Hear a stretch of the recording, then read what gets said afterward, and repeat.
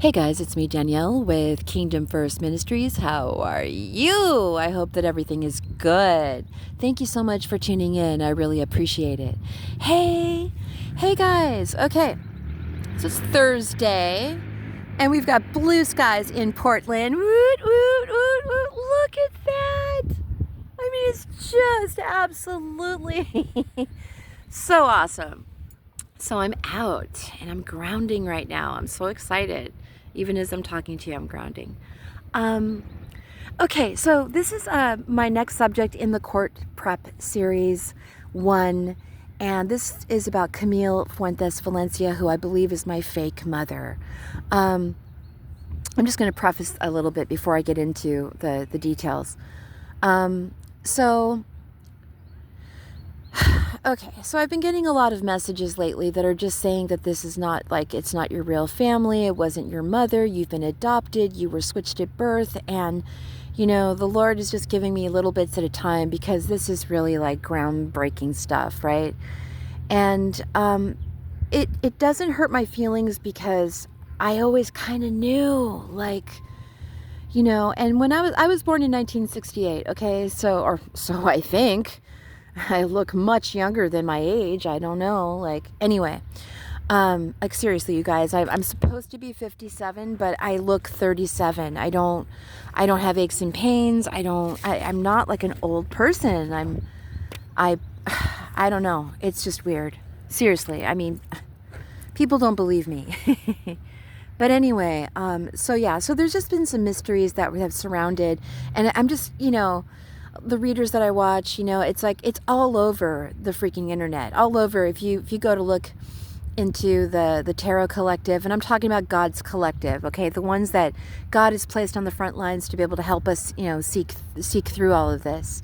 And, you know, we're taught in the church that it's evil, and yes, you know, if it's in the wrong hands, it can be, but if it's in God's hands, then God can do whatever he wants. Like, and God can be, I mean, look at Yeshua. He was quite the rebel when he was, you know, in Israel doing his thing, growing up and everything. So, you know, Yeshua can use whatever he wants, and the Holy Spirit can use whoever he wants. Like, you know, so I started opening up my mind to this.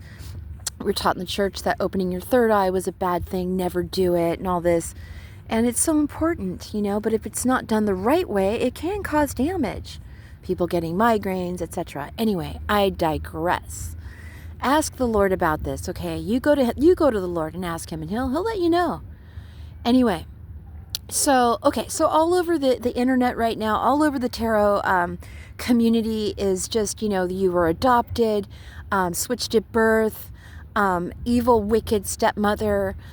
This person could be my sister. It could be my aunt that I think is my mother. And it just, I don't know. I really don't know. So let's just take it. We'll just drop right in. Okay, so here we go. So my mother told me that my birth story was that she had gone out with her cousin Rosemary, who was a secret slut, and nobody knew about it. She was just out partying and stuff, and she liked to hang out with all the frat houses, like the frat boys and stuff at the frat houses. So she supposedly invited my mother to a USC frat party in Los Angeles, and my mother was saying that her mother, who's my grandmother, Florence, or Florencia, she, I call her grandma, she was like, go on, mijita, go have fun. I come from a Mexican-American background, okay. Mijita, go on, you're always inside, you know, get out of the books, you know, go live your life. She was 18, supposedly, she said, or 19 or something. So she didn't want to tell her mother about her cousin Rosemary being a slut, so she just went along. Okay, fine. So she goes with Rosemary, they go to the frat party, and she said that she met my father there. Okay, so apparently Rosemary was, I don't know exactly who invited her to the party, but there was an Edward Donovich and his brother Joseph came to the party from New York, flew in from New York to visit his brother, and supposedly he was a musician, like green eyes, sandy blonde hair, very handsome, Russian Jewish American. And they got along, they hit it off. So she ends up staying the whole weekend. And of course, this is way before like cell phones or anything like that. Why she didn't call home, I just don't know. My grandmother was a very strict mother. And so, and mid-level in society, middle class. So she said that it went from someone slipped a Mickey, right, and put it in her drink, and then she said she woke up and her nylons, her nylon pantyhose were off, and she was in a strange bed, and she didn't know what happened, and everyone was asleep and passed out, and she couldn't find her cousin. So she ends up going back home with a walk of shame, and I don't know how she got there. And then she was just like, it was raining, she said. She was in the pouring rain. I don't know if that's true, because if you were to backtrack, my birthday is February 5th. So if you were to backtrack, right, that's definitely not the winter time. Okay. So she said that it was just like, she was just, so sad, and so she felt bad, and her mother was there watching her, and she was just like so disappointed in her, and she came up, and of course she was worried about her. So it's almost like my grandmother knew. She was like, "You've been with a man, haven't you?" And she's like, "Yes." And anyway, she was shamed for it. And in that Mexican American time, this was like 1967. So everybody was like a lot different back then. Now we're just letting it all hang out, but back then everything was prim and proper, and you got dressed to go to the movies, you got dressed to go anywhere, like it was different back then. So my mother said that she hid her pregnancy from her mother. She hid it from the whole family. Everyone was like, hey, Camille, it looks like you're gaining weight. It looks like, are you pregnant? No, I'm not. Are you sure? Yeah, hey, are you expecting? So she kept vehemently just denying the whole thing, right? And then one winter night on February 5th, 1968, I came out breech. She said my foot was sticking out. Her water had already broken.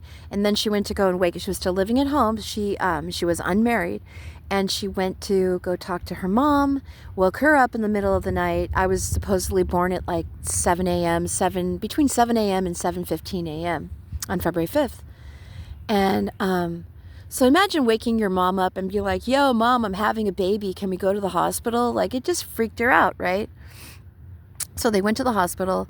My grandmother was just like, oh my gosh, what is going on? You're going to have to give this baby up for adoption. Like, no, like, you're not doing this. I'm not going to see you ruin your life.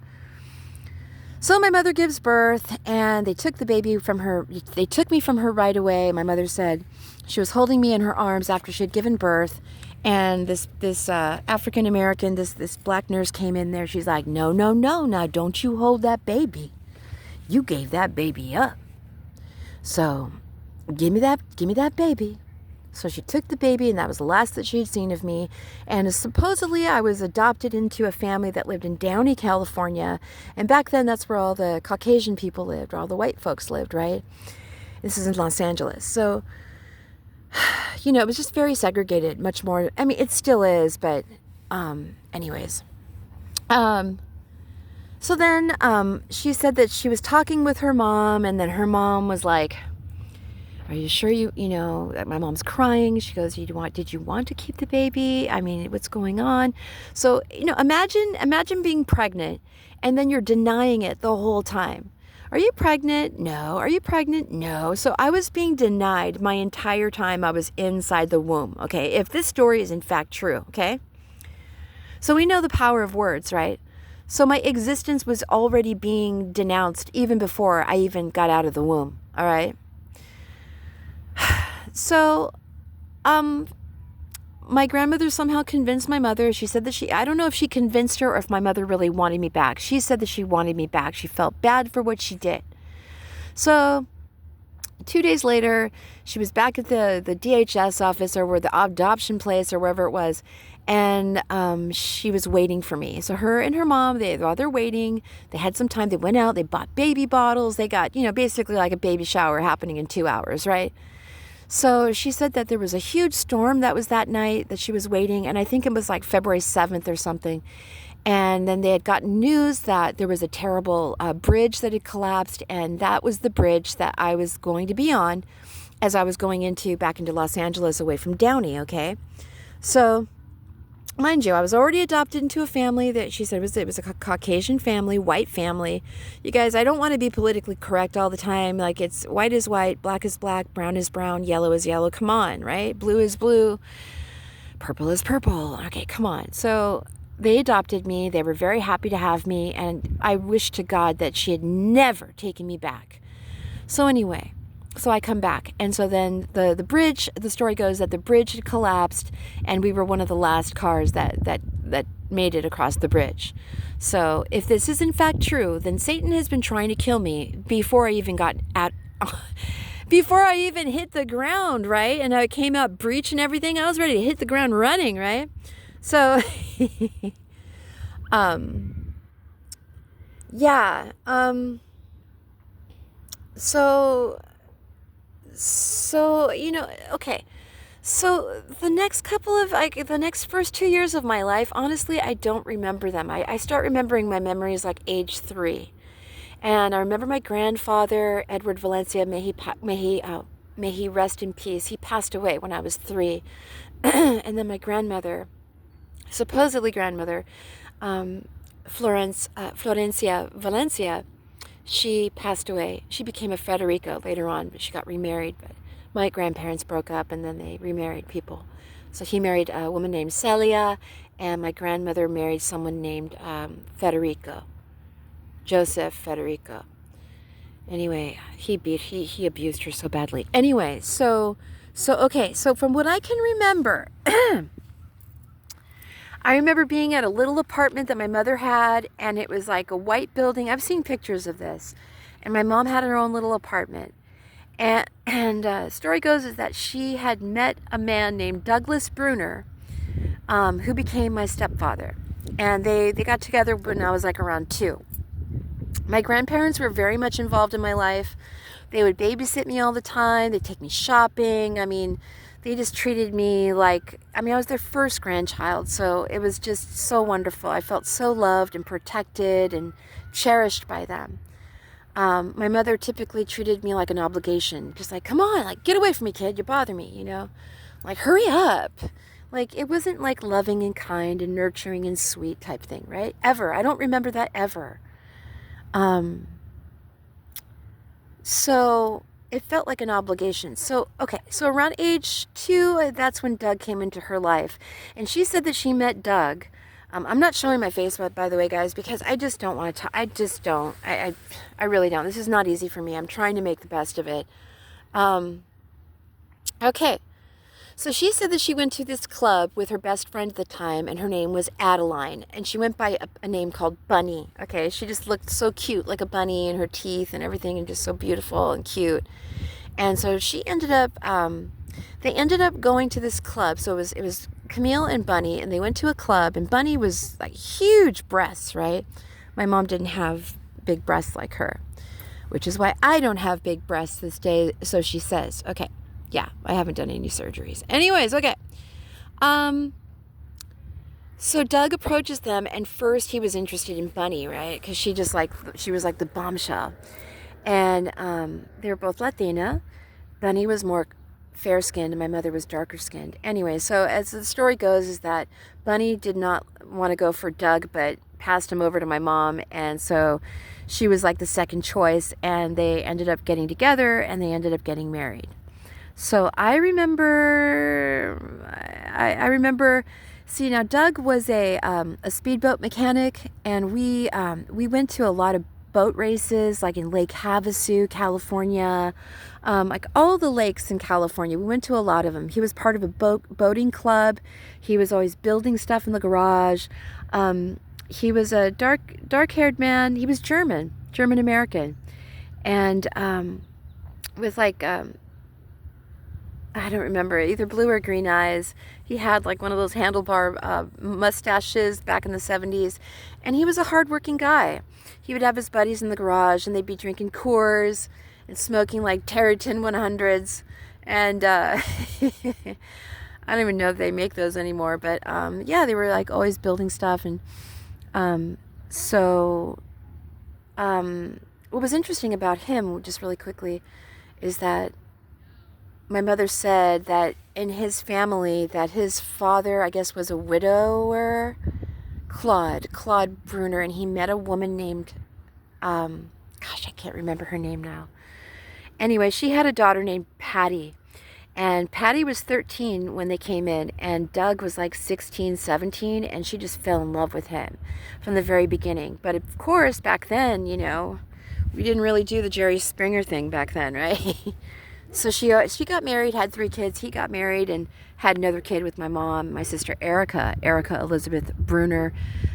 She was married to a man named Roberto Ocaña, and they were married for 20 years. They gave birth to a daughter named Zoe. Anyways, so I remember Doug just being like, you know, I more so remember him when my sister was already born.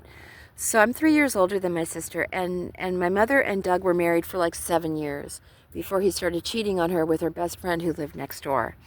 So it's just so weird that after they broke up, my mother and him broke up, he went to go with his stepsister, Patty.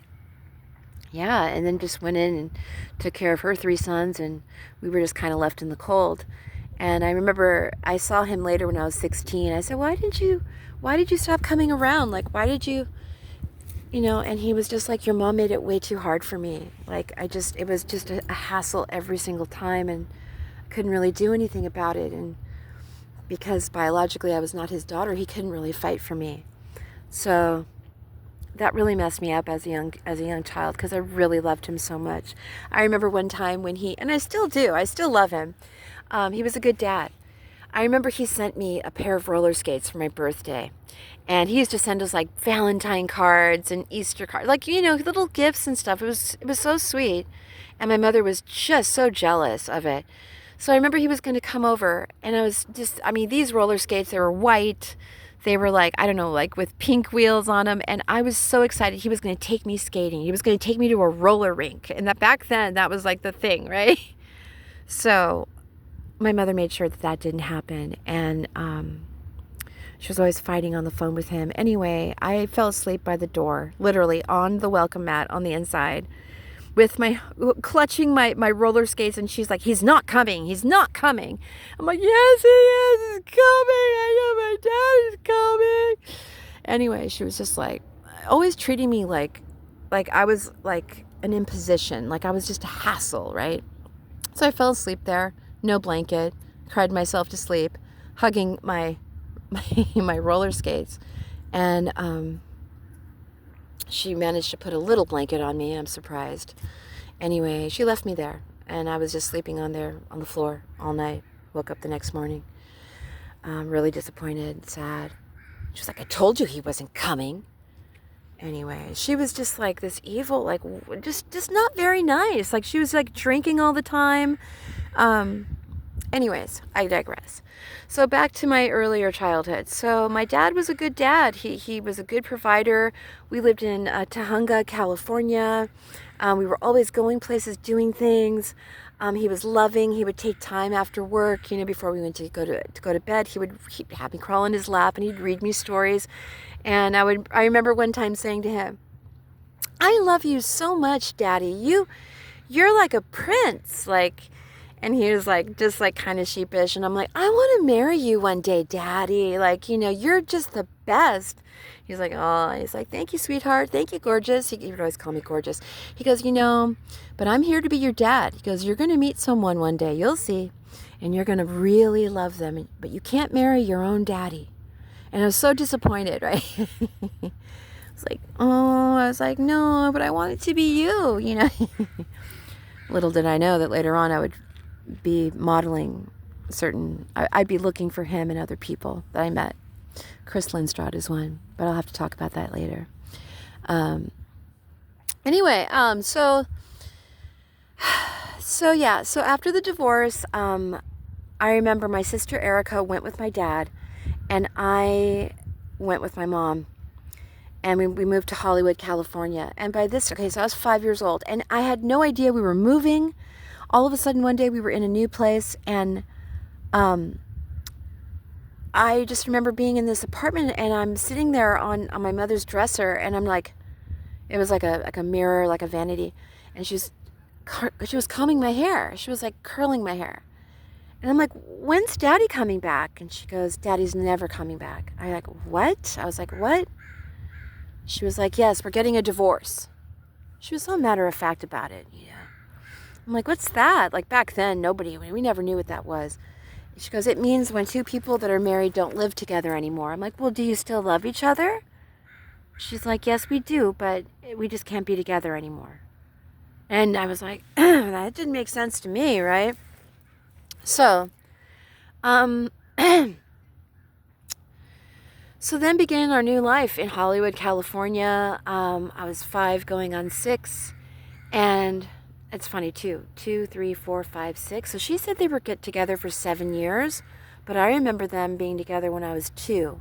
2, 3, 4, 5, 6, it's 5 years. So that leaves 2 years that were unaccounted for. So anyways, I digress.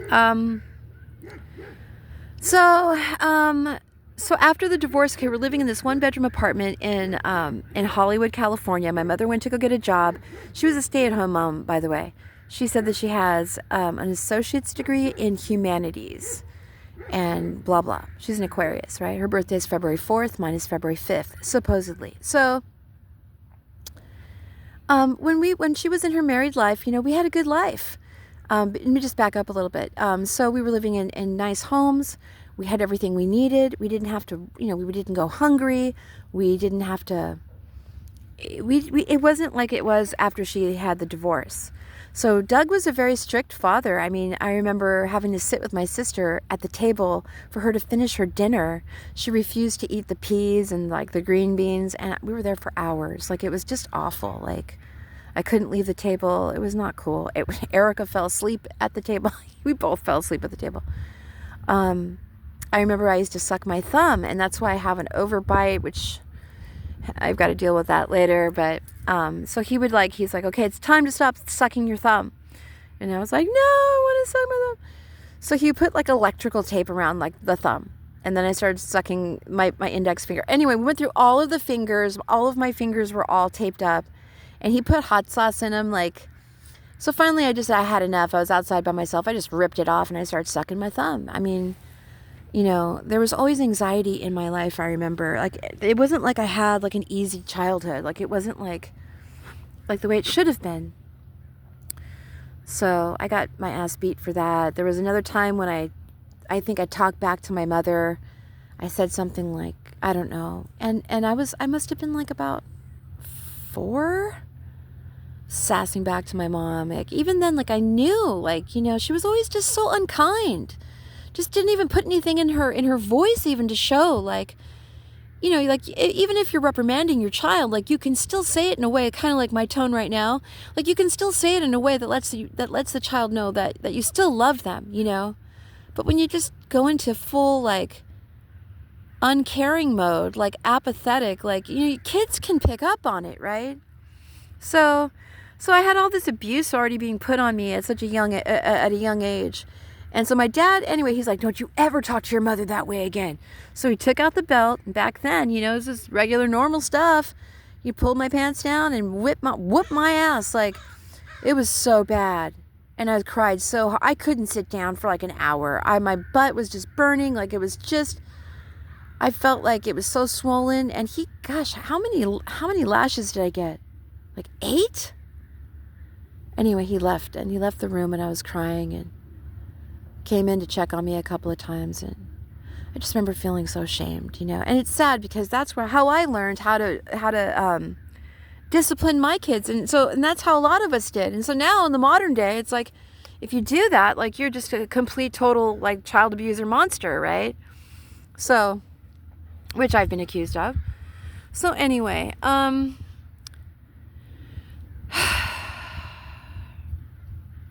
I remember we snuck out, me and my sister Erica. We woke up early. Everyone else was still asleep because they would party all the time. So we went outside on the swing set. And I remember sticking my fingers into this little like chain link thing. And I had this fabulous idea to just fly off that thing because I wanted to fly. So I got as high as I could on that thing, and just, swinging and swinging. And then I finally reached the height that I wanted. But I had forgotten that my fingers were still inside. My one finger was still inside the chain link. So I went to go and do the thing. And whoosh, and it ripped me right back. And I was like, I'm like hanging there, right?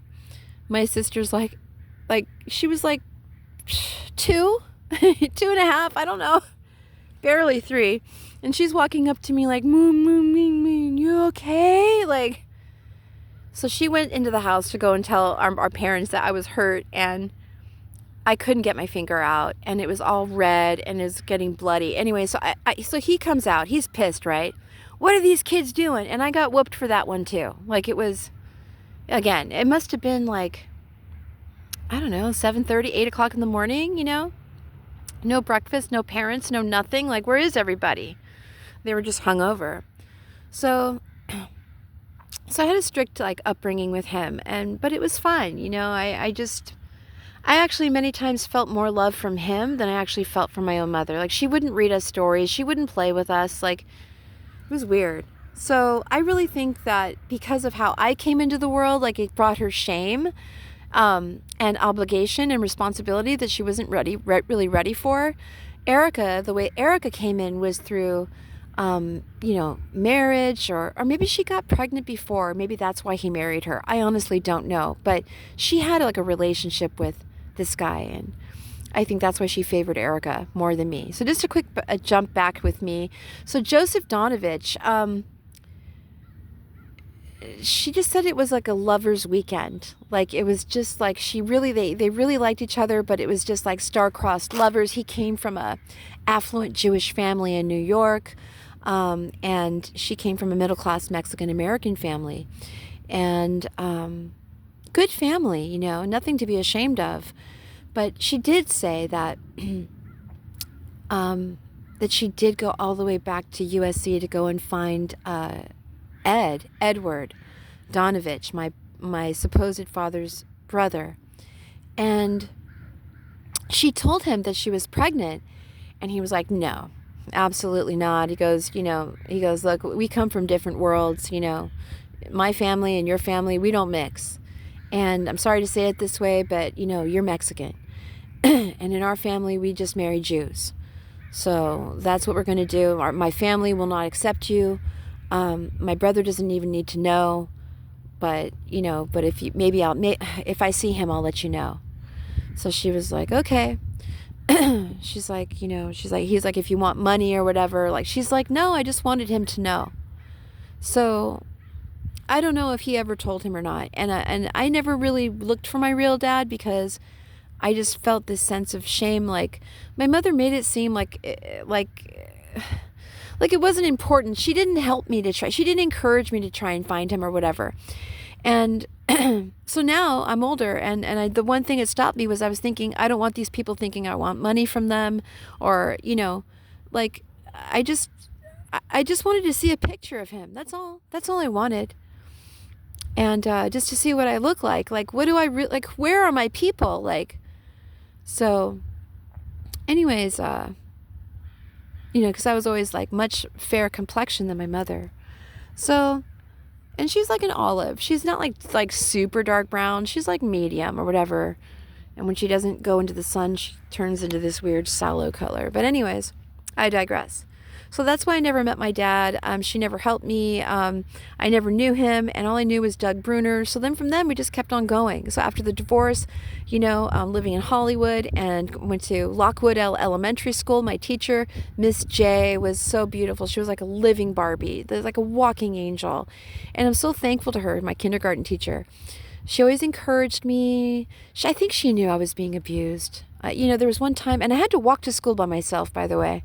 When my mother was still married, she would walk me to school, okay? When I was in preschool, pre-K, kindergarten. I had to redo kindergarten again because she became a really bad drunk, and she just couldn't pay her bills and stuff, so we're moving all the time, which was, now that I see, looking back, a way to keep me in a low vibration, so that they could feed off my energy. because I'm getting messages that this has been happening to me my whole entire life. So I remember going to school and I was late. And my mother didn't wake me up to go to school. Maybe she would. But I felt like it was all me. Like she didn't help me with my homework. I would show her, papers. This came from school. Like everything was just a big freaking hassle for her. If I wanted to go to like on a field trip, she would like wait to the last. I'm like, Mom, I can't go if you don't sign this thing. Like it was the last day. The teachers are like, okay, it's the last day. Like, or tomorrow's the last day. Like she would just, whenever I had a chance to have fun or explore something new, she always made it so that like it was blocked or something. And I never knew if I could go until the very last end. So the whole time I'd be worried, like, am I going to go? My friends would be like, hey, are you going to go? And I'd be like, I don't know yet. It was always like that. So even when I became a teenager and I was like in 7th grade, one of my best friends at the time, Rick Ramirez, Cutie Pie, we had a rock renaissance going on in Los Angeles, and he was always like, hey, you want to go see this band? Hey, let's go see, like all the bands, all like the new wave bands and like all the punk rock and the new wave, right? My mother always, every time, no, you can't go anywhere. No, like the only place I could go was like my best friend, Michelle Montoya at the time. And it's just, so it was like Cinderella, man, like, I don't have good memories of my childhood, okay? I just don't. And I'm not here to complain about it. I'm just saying that God wants me to talk about it, so I am. And again, I don't expect this message to go viral. I know that not like any of mine have, but not yet. Thank you, Holy Spirit. So so I just remember not being able to go anywhere. And So I remember walking to school and I was in Miss J's class, JAE, and I was late. And I remember being so worried that she was going to be angry with me and take her love away from me like how my mother always did if I was late. And I remember being like 15 minutes late and I had tears in my eyes and I was fighting them back. And, I had to walk like at least over a mile by myself. Okay, age 5 going on 6. Yeah. And I remember seeing her and our eyes met and she was just like, she's like, there you are. Oh, okay, you're joining us today. And my eyes, I just couldn't stop the tears. She was like, honey, are you okay? And I'm like, I'm late. She's like, it's okay. She's like, you're here. That's all that matters. Here, honey, let's take your lunch pail. Let's take your coat and you go find yourself, go to your seat. We're all on the mat, the carpet. But, even as I'm talking about this, like, I can still remember those feelings, right? And it just, people don't realize, they just don't realize. Imagine being 6 years old and you're just running, trying to get to school, and you're by yourself. In Los Angeles, it was a lot safer back then, but I remember I'd see people of all colors, and all races. And so I'd be going down the street trying to get to school, and I'd see Mr. Brown at the shoe shining place, and he'd be like, hey there, little lady. Now you best be on, you better be careful. Like, you be careful and don't talk to no strangers, okay? And I was like, yes, thank you, Mr. Brown, Or I'd see the Korean shop, like the dry cleaners. And this little lady she'd like look out for me every day. And she'd like, hello, good morning, how are you? Oh, you look so beautiful. Okay, you be careful. Don't you talk to anyone. No strangers, okay? Okay. And they would give me stuff every once in a while, like candy or like, I don't know, like whatever. You be careful, okay? Okay. I want to see you again. I see you tomorrow. You just go straight to school. How far you have to go? How far? I'm like, it's not that far, and okay, you be good girl. I'm like, okay, yes, thank you. I don't remember what her name was. Thank you, Miss Lynn, or whatever her name was, And then I would see another one, and so each person would like give me like motivation and encouragement to keep going, to be safe and looking out for me. And meanwhile, my mother is at home smoking cigarettes and watching TV and could really give a rat's ass of whether anything happened to me or not. Like, she didn't care. She didn't even ask me, like, you know, was everything okay today? Like, she never asked me. So, like, she didn't care. I was always the one. Mom, hey, Mom. Mama, hey. I had such a good day. Oh, these are from school. This is this. And hey, I saw a rainbow today. Or, hey, I saw a really cute squirrel today. Or, walked right up to me, you know. She never wanted to hear about it, ever. Everything was always about her and her life and her moods. And again, she would just drink. We had no food. Oh, gosh, this one apartment, Sanborn Apartments, I'll never forget. It was like practically like a motel. It was awful. We didn't have any friends there, like, except for Serena. I was 7, she was 11. We were like 7, 11. She was just, we had so many great adventures together. But it was only through my friends and like people at school that really brought me happiness and joy. Like, made me feel like I was someone, like I was important, like they could see me, like, you know, like it was important for me to go to school, and it was important that I was there, and I was so always so happy to be well received. People always liked me so much, you know. So, except for my own mother. Yes, thank you, Holy Spirit. So, I remember we lived there. We just lived like in squalor. Like, she didn't clean. I was expected to clean. I was expected to take care of my little sisters. And Erin wasn't born yet. She goes by Gigi. Anyway, you guys, I don't have clear deets on like every single detail, so I'm just kind of just doing brush strokes right now, but you'll get the idea. So when I was like between the ages of like 6 and 10, I remember we moved a lot. I went to like 7 different elementary schools growing up. I was always the new girl. My mother made me lie. I remember to my 5th grade teacher, Miss Sartain. She was so awesome. She was like a hippie. She lied and said that we were living in Madrid, Spain for like a year, and that's why I wasn't in school and all this. And so when I got in there, this woman was just like, everyone, look, I want to introduce you to your new classmate. This is Danielle Bruner.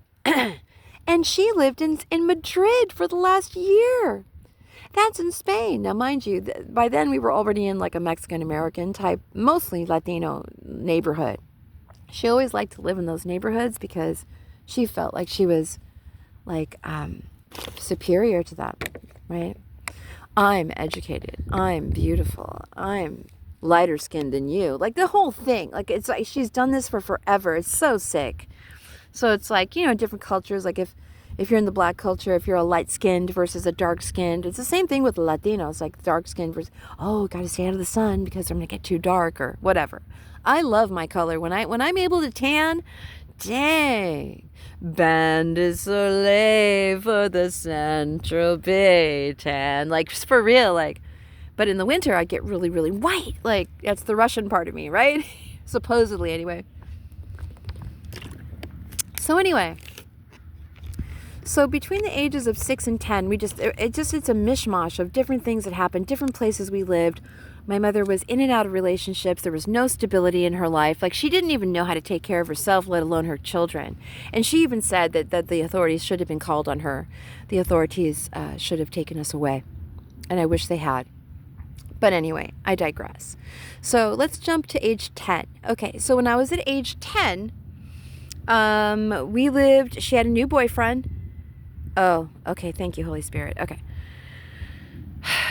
All right. So this is after we had just moved into, after my parents divorced, and we were living in Hollywood, and we were in that little 1-bedroom apartment, and my mom was just a complete slut. Like, she was just, there was like men over all the time, and she would always wait till after we went to sleep, and she would invite them into our home, and we had no idea. And I remember waking up on a Saturday morning, and the first thing I wanted to do was, you know, grab a bowl of cereal and watch my cartoons. And I'd always get myself a cereal and my sister. And I was always so happy and excited about that, right? Because the cartoons were only on like certain days, right? So back then anyway. And so I woke up, I opened the door, and I see like a trail of clothes coming out of the bathroom, which was right next to the bedroom. So I see my mother's panties. I see her underwear. I saw her bra. I saw her top. In other words, it it was a trail of clothing that she had left after she was being undressed or chose to undress herself, right? So it led to this pile of all these blankets and pillows that she made a bed in the middle of the living room. And I remember seeing this young man stick his head up. He's like, "Hi, good morning." And I remember he looked really young. Like, he looked way younger than my mom. It turns out he was like a teenager. He was like young. I don't know. I want to say 16, but definitely younger than 18. Maybe he was 18, but younger than 20. And by then, my mother was like 25, 26.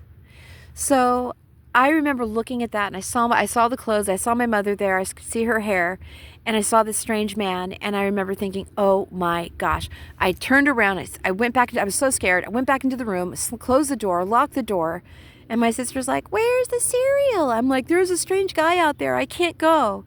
So we end up having to like starve for the next 3 hours. And finally, they left. He left, and my mother came in, and she was all like hung over and stuff, and didn't say a word. I was like, "Who is that man, Mommy?" She was like, "None of your business." Anyway, I remember feeling so heartbroken because in my eyes, my mother should have only been with Doug Bruner, my dad. That's the only one I ever knew as my real dad.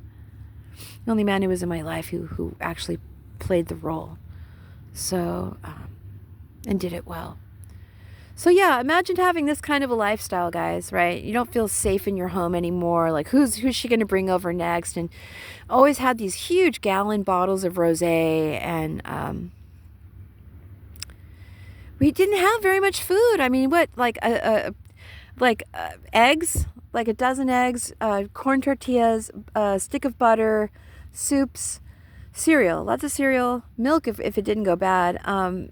There was really no fruits, maybe an occasional apple, or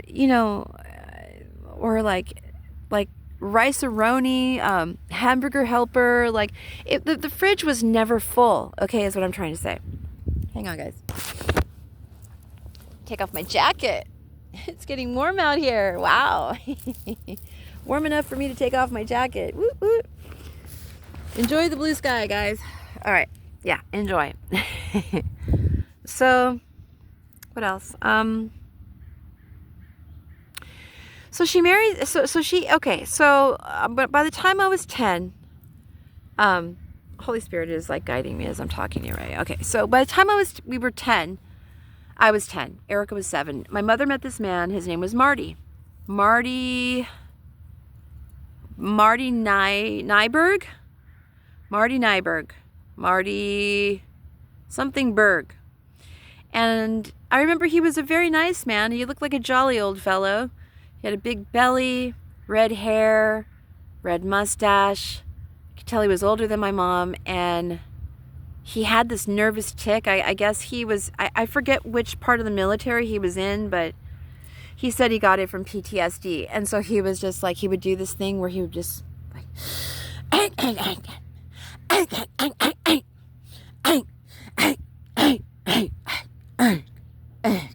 like Ank. So my sister and I called him Marty Ank, right? And he would do this whenever he would feel like, I don't know, triggered, or so it could be at the restaurant, it could be in the market, it could be anywhere. And we were so embarrassed of that. And he couldn't stop. So it's like finally after he stopped, he wouldn't do it for like a few days, but then he would do it again. You know, I guess it depended on the stress.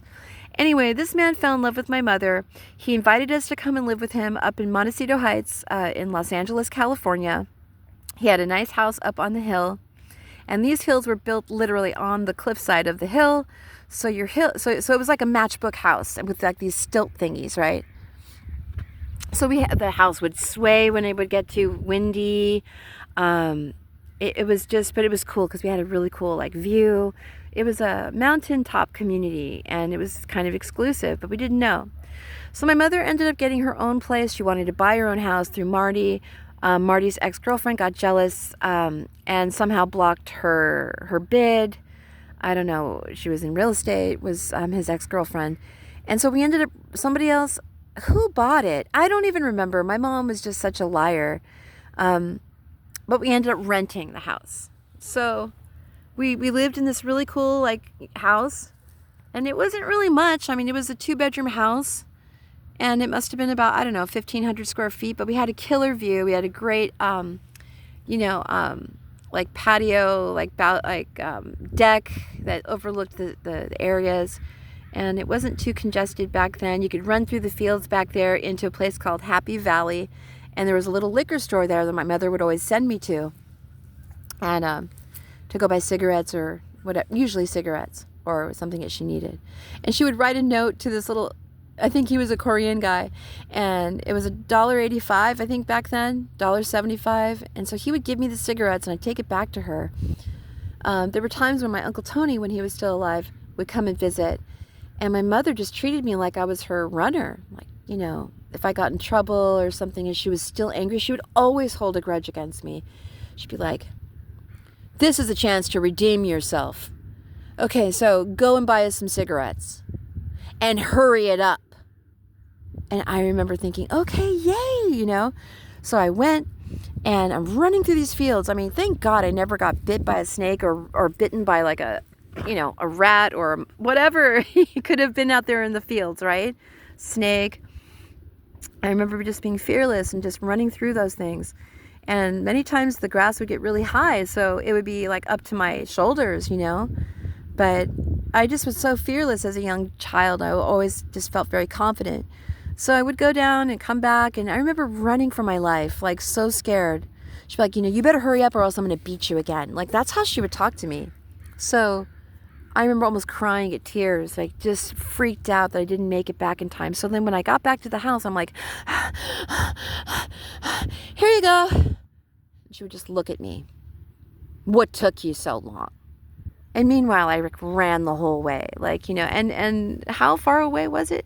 At least half a mile one way, and it's like a mile back and forth. So yeah. So my Uncle Tony is my mother's cousin. They both, their mothers were sisters. His mother was Jenny, and my mother's is Florence. They're both sisters, but we called him Uncle Tony. He lived off and on with us. But anyways, gosh,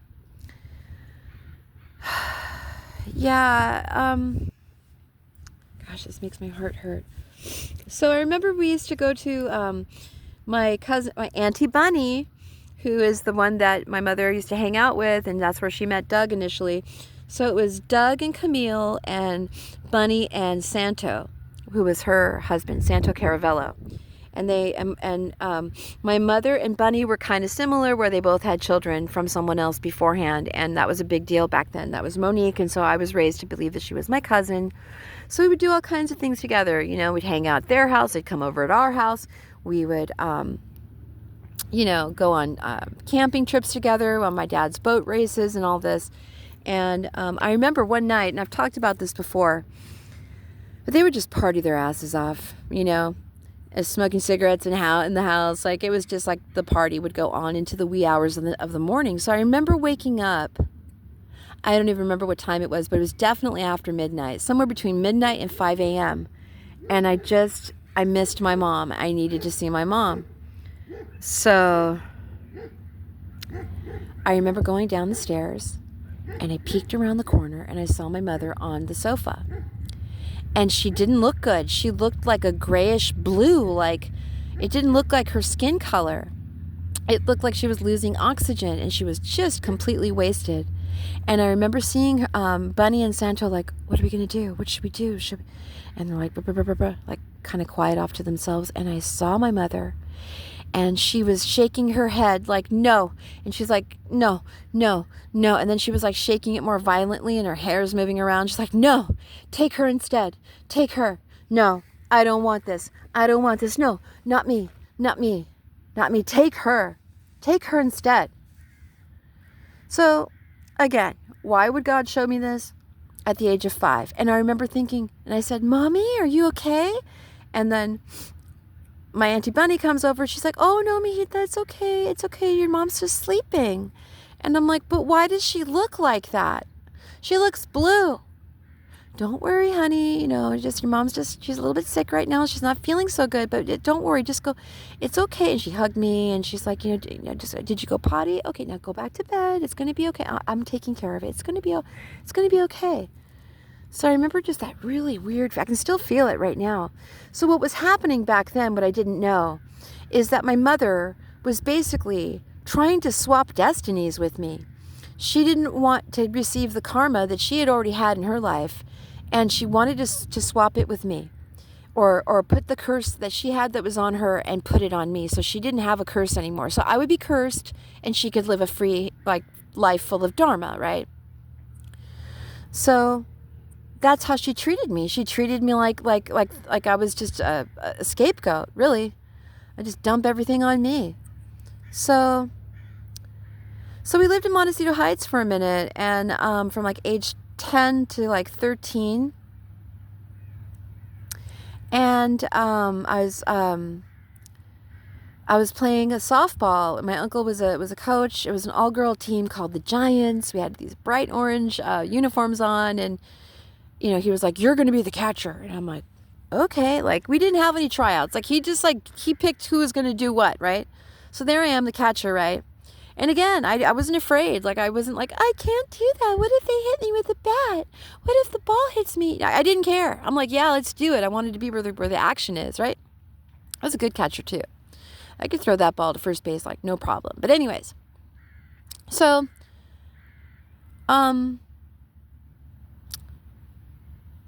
you know, she never came to my games. It was always just a hassle to get me there. Like, you're having another game. Like, and she sold the only car that we had. It was what was the name of that? I can see it in my mind. I forget, but it was a really cool car. Like, all the guys liked it. And she sold it for pennies just to pay like the month's rent, $1,800 back then. I guess it was a lot of money. What kind of brand was it? It'll come to me. But anyway, it was in mint condition.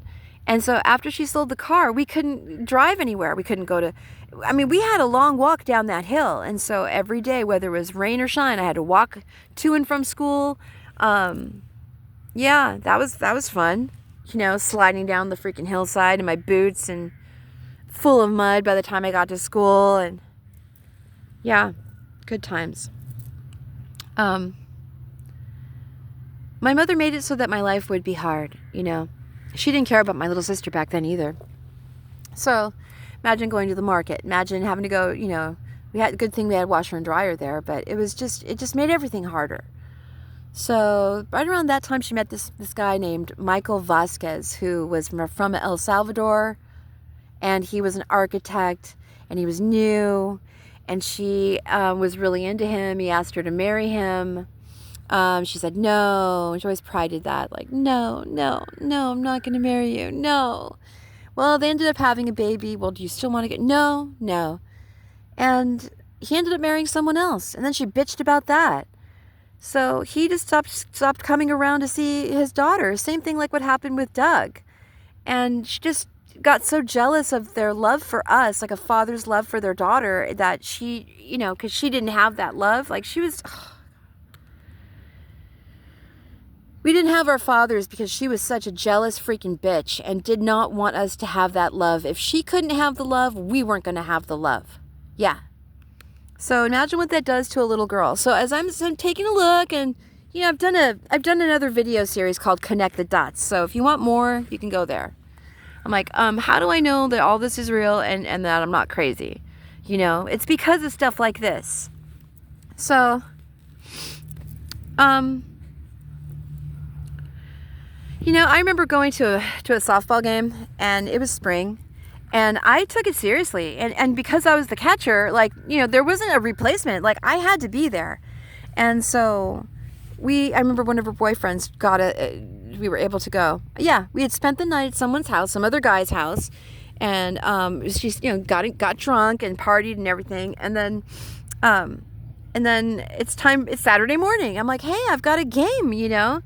So they get me there. I walk in like half hour late, and what happened? I rushed right into the game, And it was my turn. It was like, okay, batter up. And I just went in. I hit a home run. I remember that was like one of those like Wonder Years moments. Like I was so happy. I was there like, yeah, you did it, Brought those numbers up, right? So that we could actually hopefully like win the game.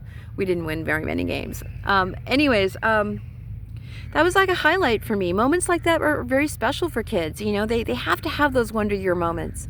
My mom's sitting there just smoking her cigarettes and just like, is it over yet? Like, and then afterwards we'd like to go have pizza or, go get an ice cream or something. And she'd be like, no, we're going. I'm like, oh, but my friends, no, we're going. Just such a bitch. Anyways, so I was like, okay. I always felt like I did something wrong. Maybe the fact that I was born, that was the only thing that I guess that I did that was wrong, right? So, I remember being age 13. We're still in Montecito Heights. And I'm in my room that I shared with my sister Erica. And I had a record player. And I remember listening to Pat Benatar, the Go-Go's, like Leif Garrett. I had the biggest crush on him.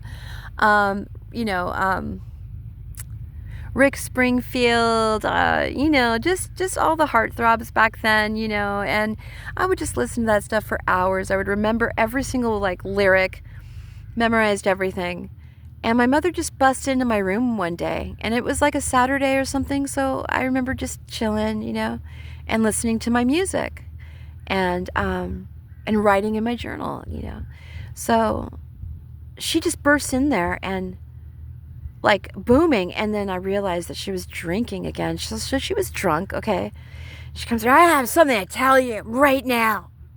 And I'm like thinking to myself, shit, am I going to get beaten again? Did I do something wrong? What did I do now? Like, she was like, and just plops herself on my bed. And she's like, I want you to know that you're the product of rape. And I didn't even know what that was. I was like, what's that? And I was like 12, okay? Going on 13. It's when someone fucks you and you don't want them to, and then you get pregnant. And I was like, what does that mean? Like, what is fuck? Like, I didn't even know. Like, I heard people say the word, but I didn't really understand what it meant, And she was just like, it means when you have sexual intercourse. It means when when someone puts their penis inside of a vagina. Haven't we already been over this? Like, she was such it was a demon, obviously the demon that was in her. But she's like, I just wanted you to know you're the product of rape. Do you hear me? You're the product of rape. And I'm like, okay. And she was just like, trying to shame me, like trying to like humiliate me. So I was just remember sitting there like, wow. I was like, but my grandparents love me. My grandma loves me. My grandpa loves me, even though they're in heaven. I know that they love me. God loves me. Jesus loves me. And so I'm going to be okay. I would talk to myself like this. So anyway, yeah, imagine being told that you're the product of rape and you're like 13, you're 12 going on 13. Like, you're just starting to discover your sexuality. Like, oh yeah, okay. So we'll just go back in time. Thank you, Holy Spirit. So when I just turned 12, and we were up in Montecito Heights. No, was it 13? 12? I think I was 12. Anyways, so my mom has a party for me, right? She never had birthday parties for me. The last birthday party that I had was when my grandmother was still alive, and she died when I was 4, okay?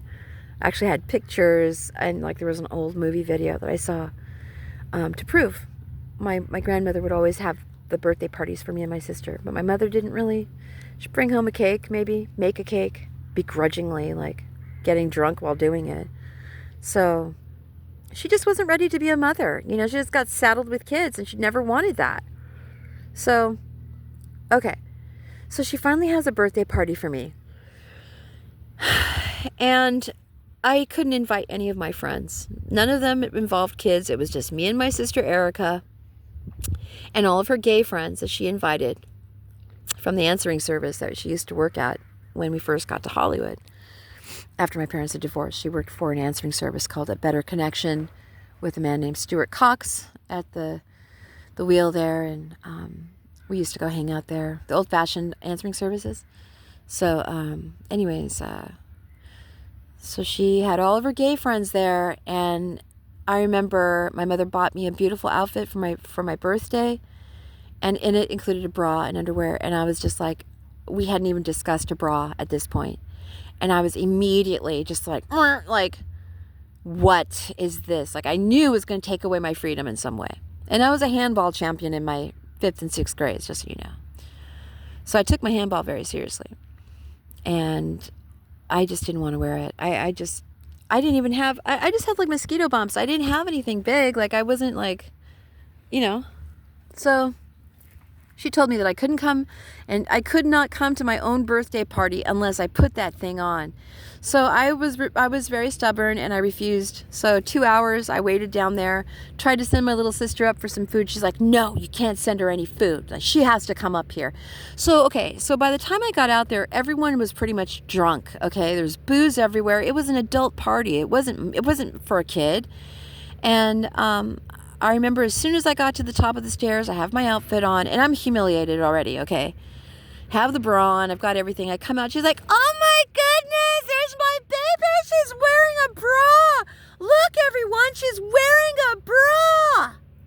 I died 1,000 deaths. I went immediately to go and turn back down. I was like, fuck this, I'm done. If it wasn't for a man named Marty Kaler, may he rest in peace, who was the one who really looked out for us out of all of them, he was like, it's okay, sweetheart, just, your mother's had a little too much to drink, just forgive her. Are you hungry? Can I get, what do you want, honey? Look, we have all this food. Are you thirsty? And of course I was freaking starving, right? And by this time it's like, I don't know, like the party started like around 2, it was like 4. I mean, we had like tarot card readers there. We had palm readers there. Like, it was not a kid's party. Like, there were no balloons. Like, I didn't see any, it was, so I was forced to grow up very, very fast at a very young age. Like, she always spoke to me like an adult. She treated me like an adult. So I was therefore like, kind of like a young adult, right? Forcing me to do all the cleaning at age 8 and stuff like that. Like, just awful. Yeah, okay, Holy Spirit. So I remember, I don't even know how the heck we got there, but I call them the brownstone apartments. And this was in Hollywood. And my mom was very, very, very heavy in her addiction then. And she was taking bennies back then. Those were like speed pills, like these green pills that were speed. She called them weight loss drugs, fat pills. And we were in this, we had to go and stay with one. Okay, this must have been when she was still working for a Better Connection. We went to go stay with her friend Jessie Belardi. Okay, there you go. Thank you, Lord. And we were cramped in this tiny little studio place. It was just awful. I was sleeping in the closet. The mattresses on the floor. Like, it wasn't like, so then from there we ended up getting our own studio, and it was the same thing. My mother didn't take us to school. She went to go work all the time. We would stay home all the time. I was like 8 and my little sister was like 6. And then we were there probably for a couple of years. And by the time I was 10, my sister Erin had been born, and she left a newborn baby with us. I was 10. My sister was 7, Erica.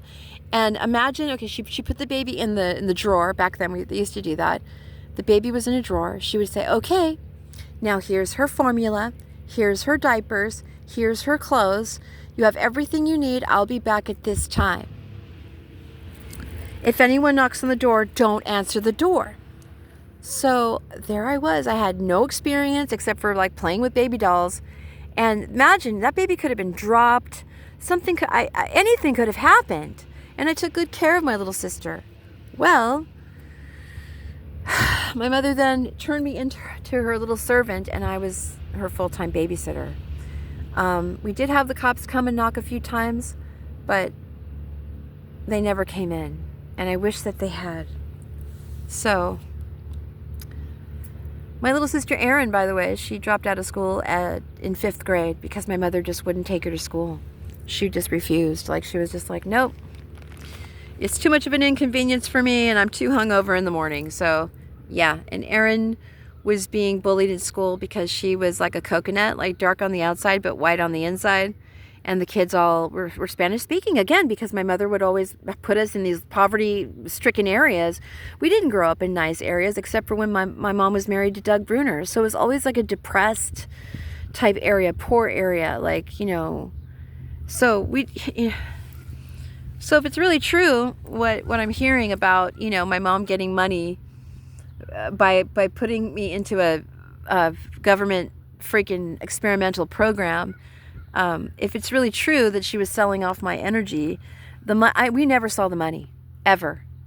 I mean, I don't know if she was playing a role or if it was just meant to be on purpose so that she could keep us in like a state of like low vibration. Like, we were always insecure. Like, are we going to have a place to live? Or is there going to be enough food? Like, as I'm looking at the last dried up tortilla in the fridge with like barely a pat of butter, you know, like, just, it was just empty. Like, and I managed to find sugar. So, gosh, I remember like trying to warm that little sucker up onto the stove. I mean, the gas stove. We didn't have microwaves back then. And I remember like trying to make like a butter and sugar burrito for me and my sister. It's just awful. It was just awful. I loved my sister so much, and I remember feeling so bad because I didn't want her to have to go through this, like what I was going through. But I've always had a strong mind, and I've always been like it's gonna be okay. Like, I think my catchphrase was, oh well, at least my grandparents love me. Oh well, at least Jesus loves me. Oh well, at least God loves me. Like, I'm loved. And I would tell my little sister that too, and she would cry. She would say, like, when is mommy coming home? And I'm hungry. And we didn't have food banks back then, right? My mother didn't wash our clothes. And I'm getting emotional, okay? I'd have to wash the clothes in the bathtub. And I remember the jeans were really hard because I had to like wring them out. And I would try so hard to find laundry detergent, and many times there was no laundry detergent, so I had to use like dishwashing detergent, or if there was no dishwashers back then either. No, so if there was no Dawn or Joy, or I had to use like soap or shampoo. My little sister would come to me and she'd say, like, what am I going to wear to school today? Like, did you find me some clothes? Like, and I was always wanting to make sure there was no stains on our clothes, like, because I didn't want people to know what was going on. Like, how did I know this at this age? So I remember having to be strong because I didn't want my little sister to I didn't want her to be afraid. I didn't want her to feel ashamed. Like, I felt this shame. Like, I knew that from what I saw on TV, like the Brady Bunch, Happy Days, and like even Family Affair, like Courtship of Eddie's Father, like those were like the two where there was a single parent. Like, everything was family, right?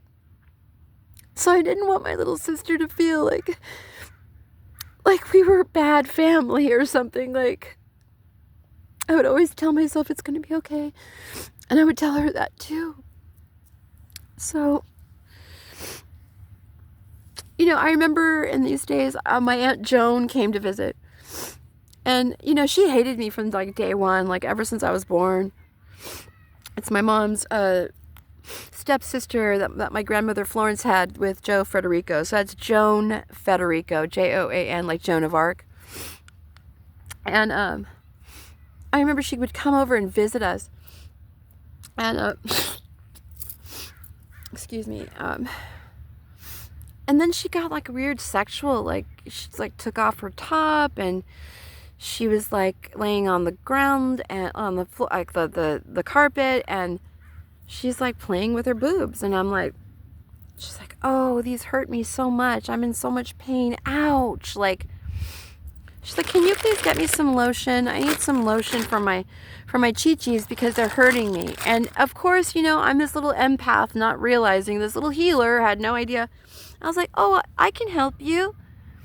She's like, well, if you want to. I'm like, yeah, okay, what can I do? So she has me straddle her, okay? She's laying on her back.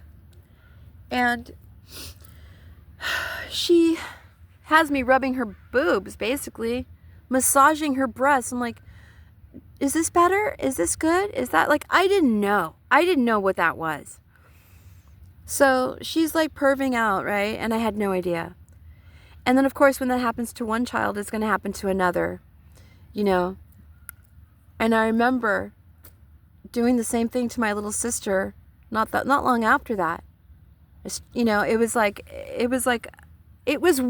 It was fucking incest, weird shit. Like, and I remember thinking and saying to myself, why are you doing this? Like, this is not good. Like, it was started off as a game, and then the game wasn't fun anymore. And, you know, and kids do this all the time, right?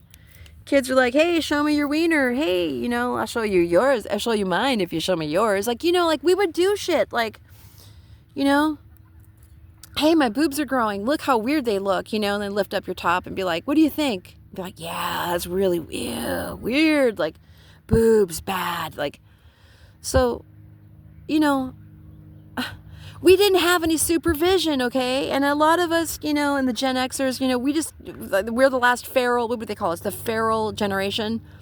Like, your latchkey kids and all that. It's really true. Like, so a lot of times, you know, other families would like adopt us and we'd be over there all the time. Like, anyways, you know, you guys, it was just a really shitty, it wasn't warm. It wasn't like, oh, I bought you this really nice pillow. It's like, here's your pillow. The nicest thing that she ever bought us was like Star Wars sheets and bedding. We got that for Christmas one year, and that's when we were living with Marty Ank, and Nyberg. There you go, Marty Nyberg.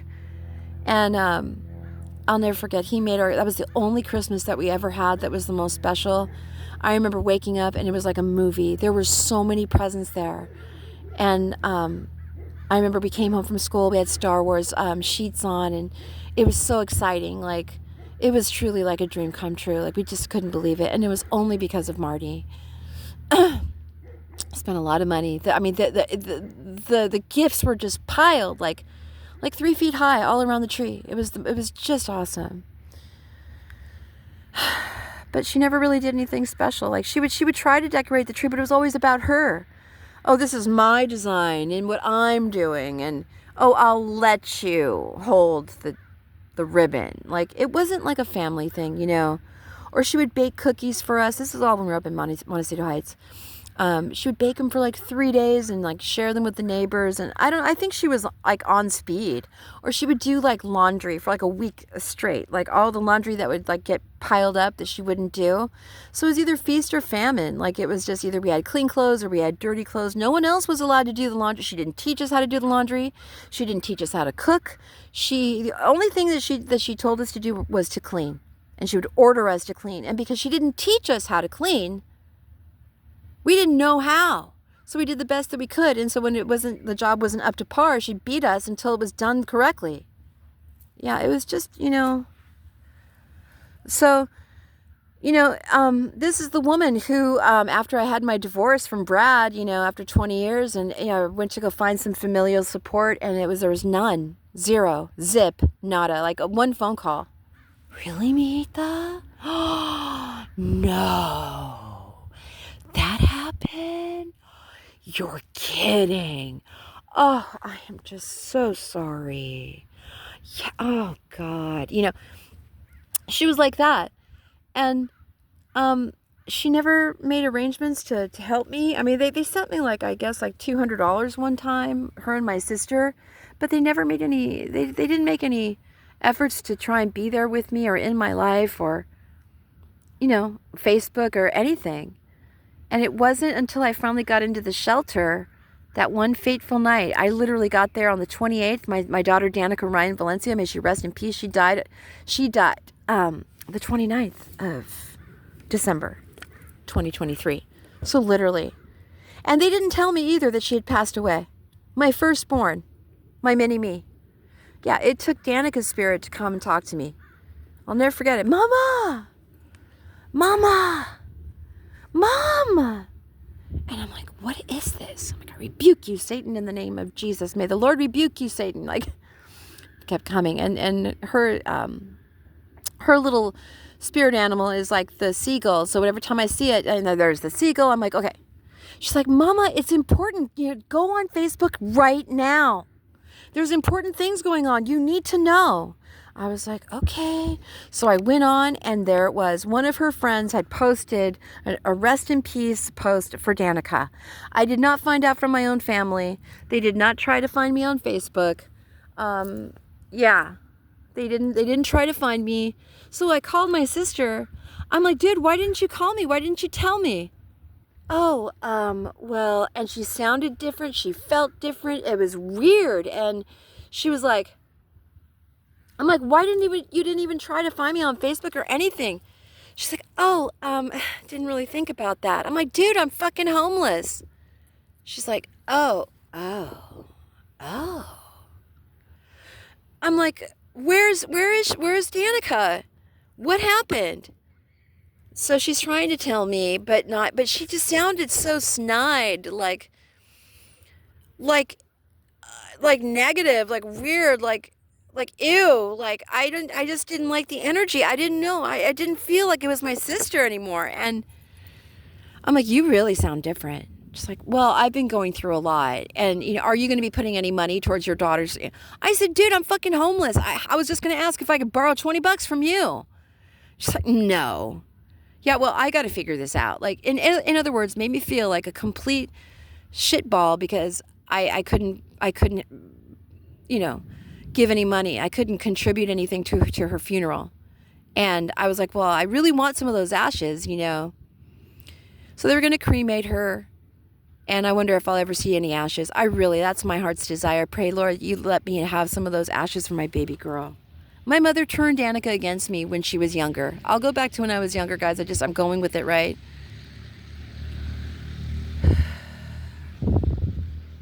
My mother turned my firstborn daughter against me at a very young age. Because I was a young mom. I had boyfriends back then. Chris Lindstrad, I'll never forget. We were together for 5 years. Or if I went to a concert, or if we went to San Francisco, or whatever. My mom was always my babysitter. And she slowly but surely turned my daughter against me. And it was awful. And I lost my daughter before she was ever gone. And then she got into drugs, and it made it even worse. And my ex-husband, Brad Barkley, and we put like $200,000 into her recovery. It was awful. She went to like 5 different places, ran away from each one, and we had to send her to Montana. Yeah, it was awful. Thanks, Mom. Yeah, that's what you did. And when Danica passed, I don't even know. She said that she was in her bed, that it was a drug overdose, and she was with her boyfriend. But I just feel that there's foul play there because for every time I tried to reach my mother, every time I tried to call her, especially after Danica had passed away, there was nothing. She would never respond to my text messages. She eventually blocked me. And I would tell my sister, I'm like, what's up with Mom? I keep texting her. I'm calling her. I get nothing. Crickets. What's going on? I thought you guys were going to come and visit. I was going to go and drive down. Like, what's up? Dude, I don't know. Mom has just gotten really weird, and I don't even know, like... And by then, Erica's like in a gay relationship with someone who's like 25 years younger than her, looking like a boy, cute boy. And I didn't know who my sister was anymore. So, after I said, hey, okay, whatever floats your boat, babe, like what makes you happy. But, the Bible, well, you know what it does say in Thessalonians, I don't know if it's first or second, but it says that certain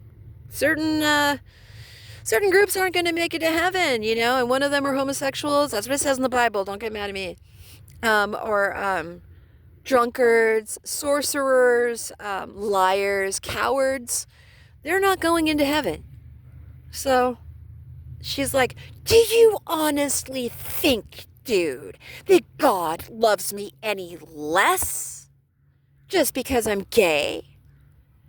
I'm like, no, absolutely not. Of course, he still loves you. He gave his life for you. So yeah, he definitely still loves you, but there are rules to this thing, as you know. So ever since then, like, we stopped talking. Like, she just stopped talking to me. And I got busy with my own life. I was going to beauty school for a minute. I was living with the Whitneys, Paul and Erilyn Whitney. And they had a son named Zane, who went to school with my daughter Skylar at the same school. It was so awkward, you guys. I didn't have any friends. I didn't want to make any friends, like couples friends with Brad, because I knew I was embarrassed of him. Like, we were in trouble. The last 6 years of our marriage, we had no sex. Like, so I didn't want to pull anyone else into our vortex of misery, and I just didn't want people to get hurt. So our only friends were the ones from school, from theater. So, anyways, guys, I know I'm jumping around a little bit, but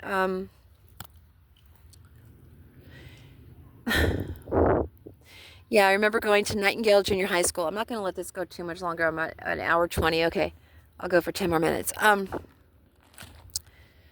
So there I was, okay, Montecito Heights, and eventually I left Latona Avenue Elementary, where we had the first set of, like, first generation Mexican Americans that were born in the area.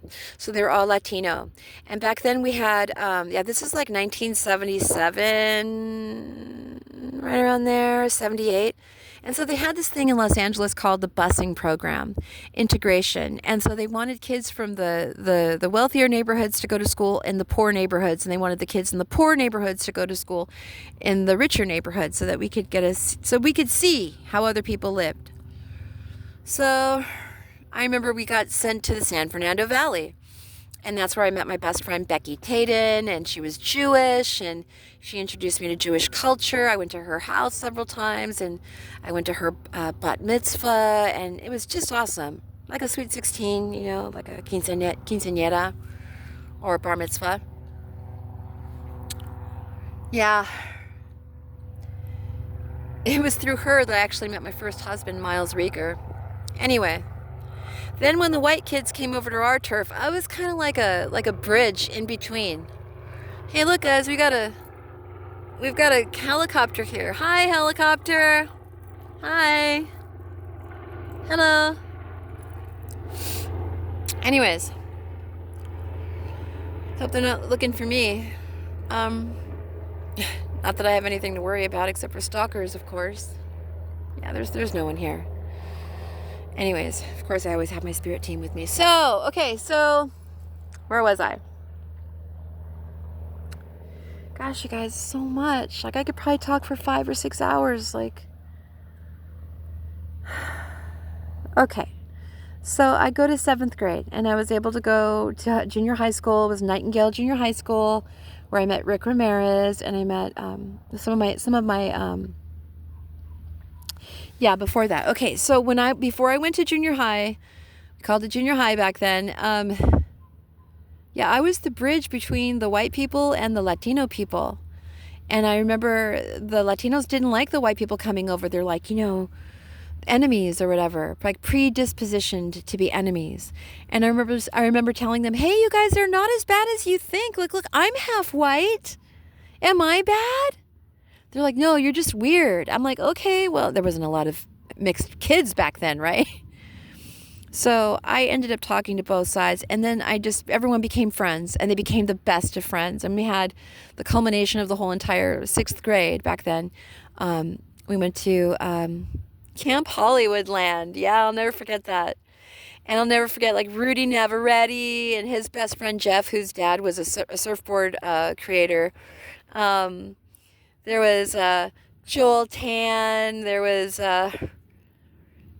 Wu Yi. There was Dean Pardo. There was Raymond Lacey, who was my oh gosh, I had the biggest crush on him. He was a Dutch boy. He was so cute, super long reddish golden hair. He was a surfer. I was all into surfers back then. Puka shells, OP shirts with the stripes. with his Vans. Like, he was just, shorter than me, but very cute. He ended up stealing his sister's gold, like 14 karat gold S chain necklace with a diamond in it, and gave it to me. And I gave him a silver chain with a lightning bolt on it. That was like the cool thing to have back then. But of course, he asked me out on the last day of school. Yeah, that was a long distance relationship that didn't last very long. I remember his mom saying, "Honey, would you like a nice watch? We really need the necklace back." And of course, my mother, being shady as she is, she never made me. So anyways, I ended up losing it, but I'll never forget it. It was so beautiful. So yeah, I just remember always being a person that brought people together. I've always been a problem solver. I was a good negotiator. That was like a huge thing back then, you know. I didn't realize how big it was until later. So when I finally went to and I maintained friendships like with Becky for years. I mean, like she introduced me to someone and I married him and lasted 3 years. That was Miles Rieger. Yeah. Anyway, so when I went to middle school or junior high school, I'd walk every day with Josie Cordova. That was one of my girlfriends. It was Josie Cordova, Maria Escarcega, and it was me. And I was Danielle Bruner back then, right? And there was a whole group of us, okay? And it was our little crew. And Josie and I would walk to school every day by ourselves. And her sister was a cheerleader for Franklin High School's football team. And that was the high school that most kids went to if you went to Nightingale, right? Except for Rick Ramirez. He went to Hollywood. He was like, "Come to Hollywood with me." I'm like, "No, it's too dangerous." I really should have gone. Anyways.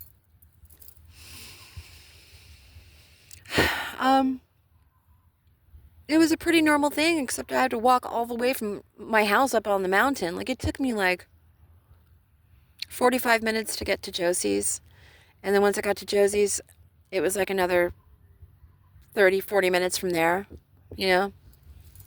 Anyway, I was a popular girl in school. I always got really good grades. I was very caring about my work. My mother never helped me with my homework, ever. Very rarely.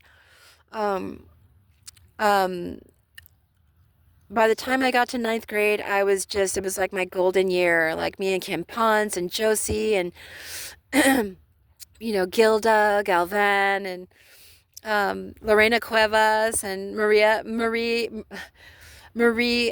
Cruz Escarcega. Then there was Maria Rodriguez. I mean, so we integrated with a bunch of people, and we were the most popular clique that was there at school.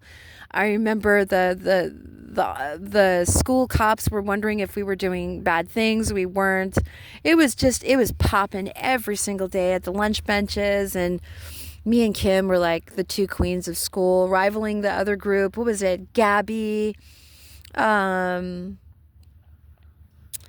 What was her name? And it was Gabby Acosta,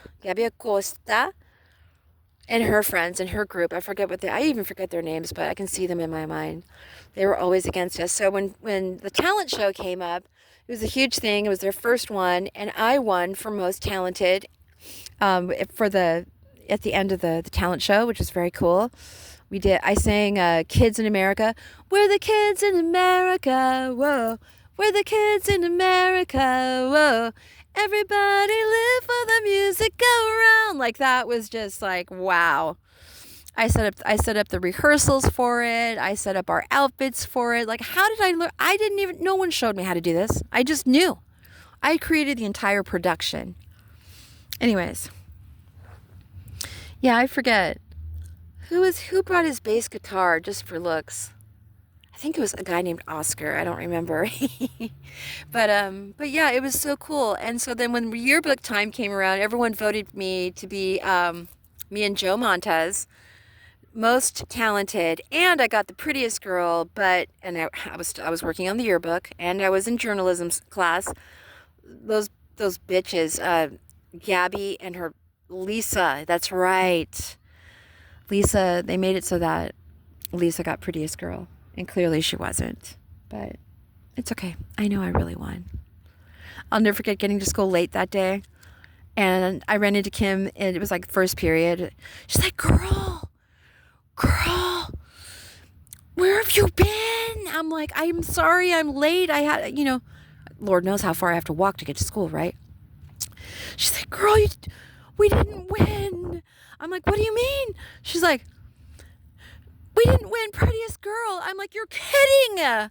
We were the two prettiest girls in the school for sure. She was like, no.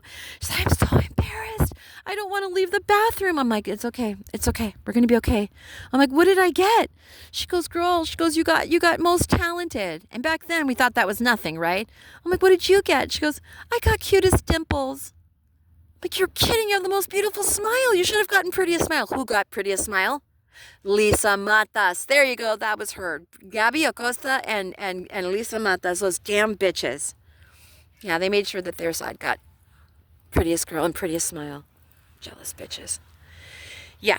So, I'm telling you, like, it's like a whole Wonder Year thing. Like,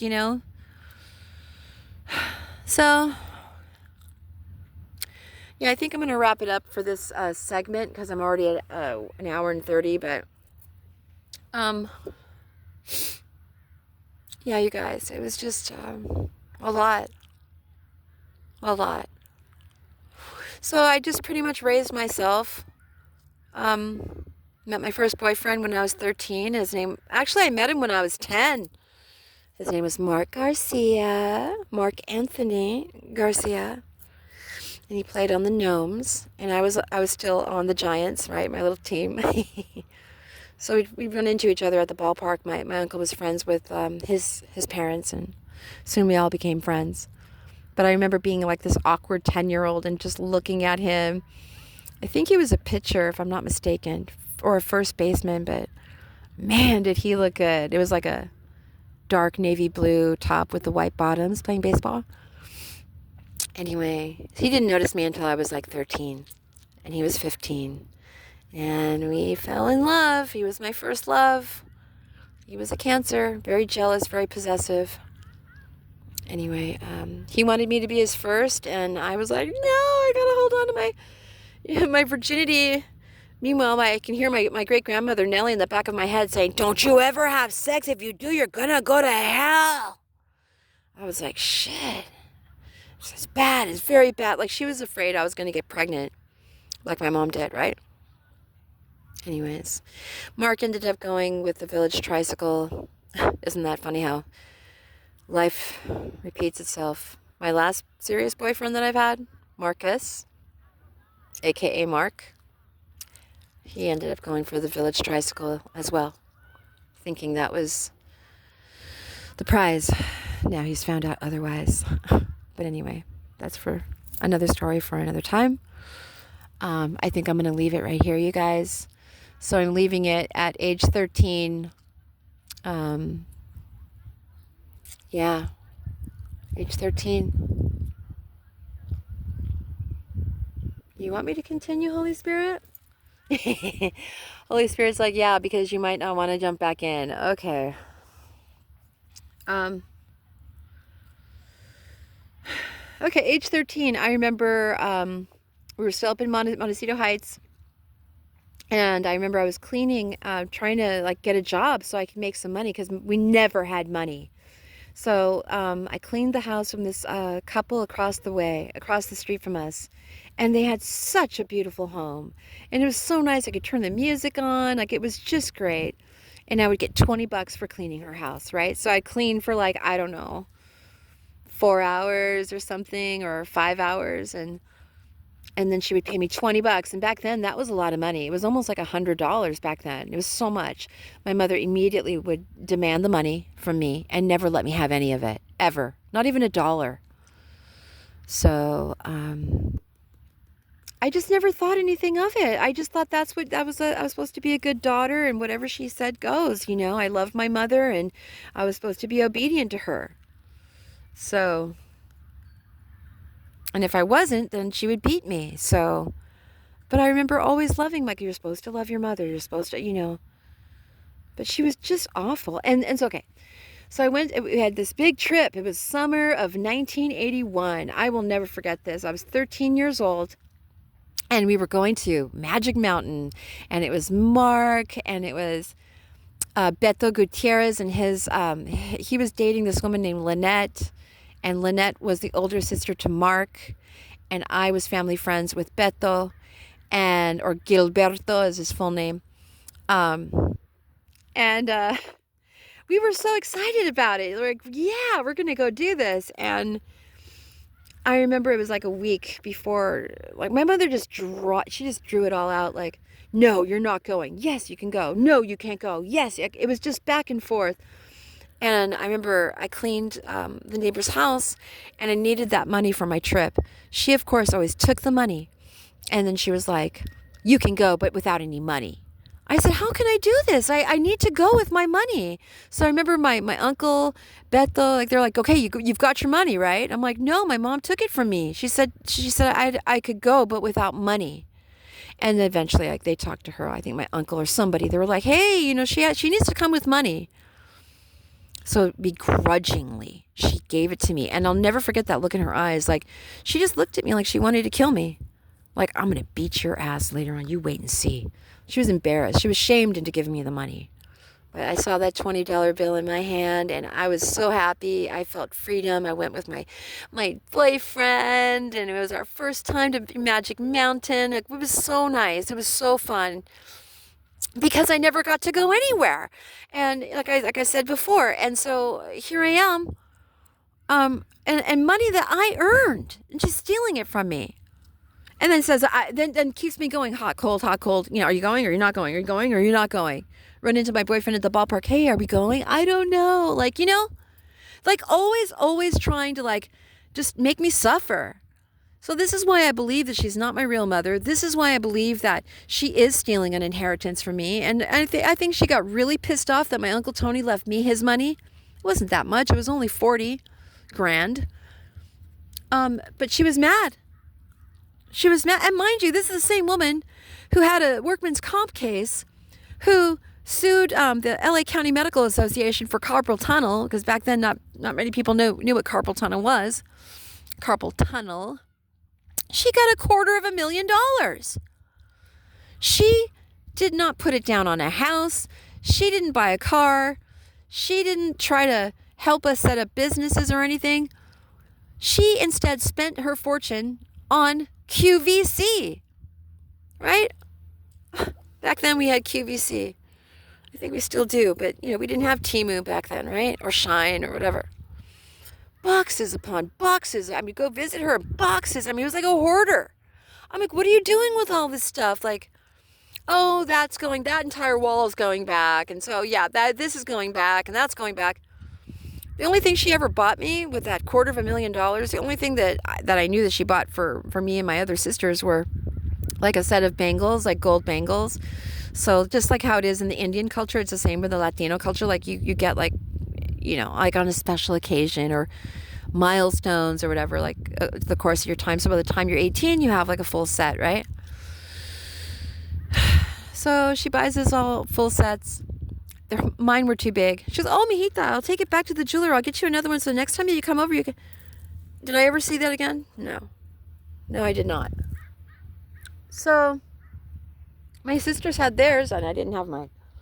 I'm like, hey, what about my? I never said anything. Oh yeah. Oh, they went back to Mexico. Whatever, some bullshit excuse, right? So by the time I was 18, I wanted out. And I remember my mother, we lived on a place on Chestnut. Yeah, we lived on Chestnut. And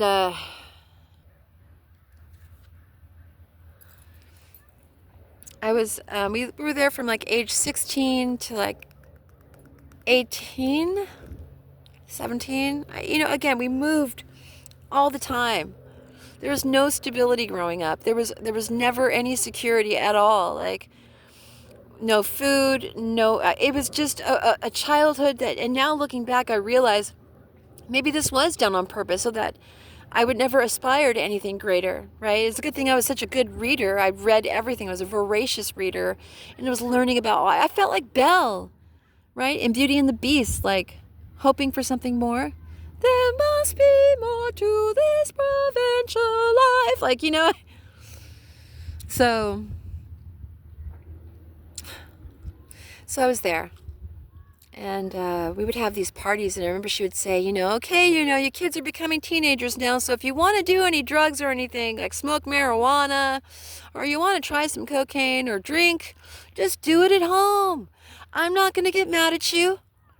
You invite your friends. It'll be fine. Invite your boyfriends even if you want.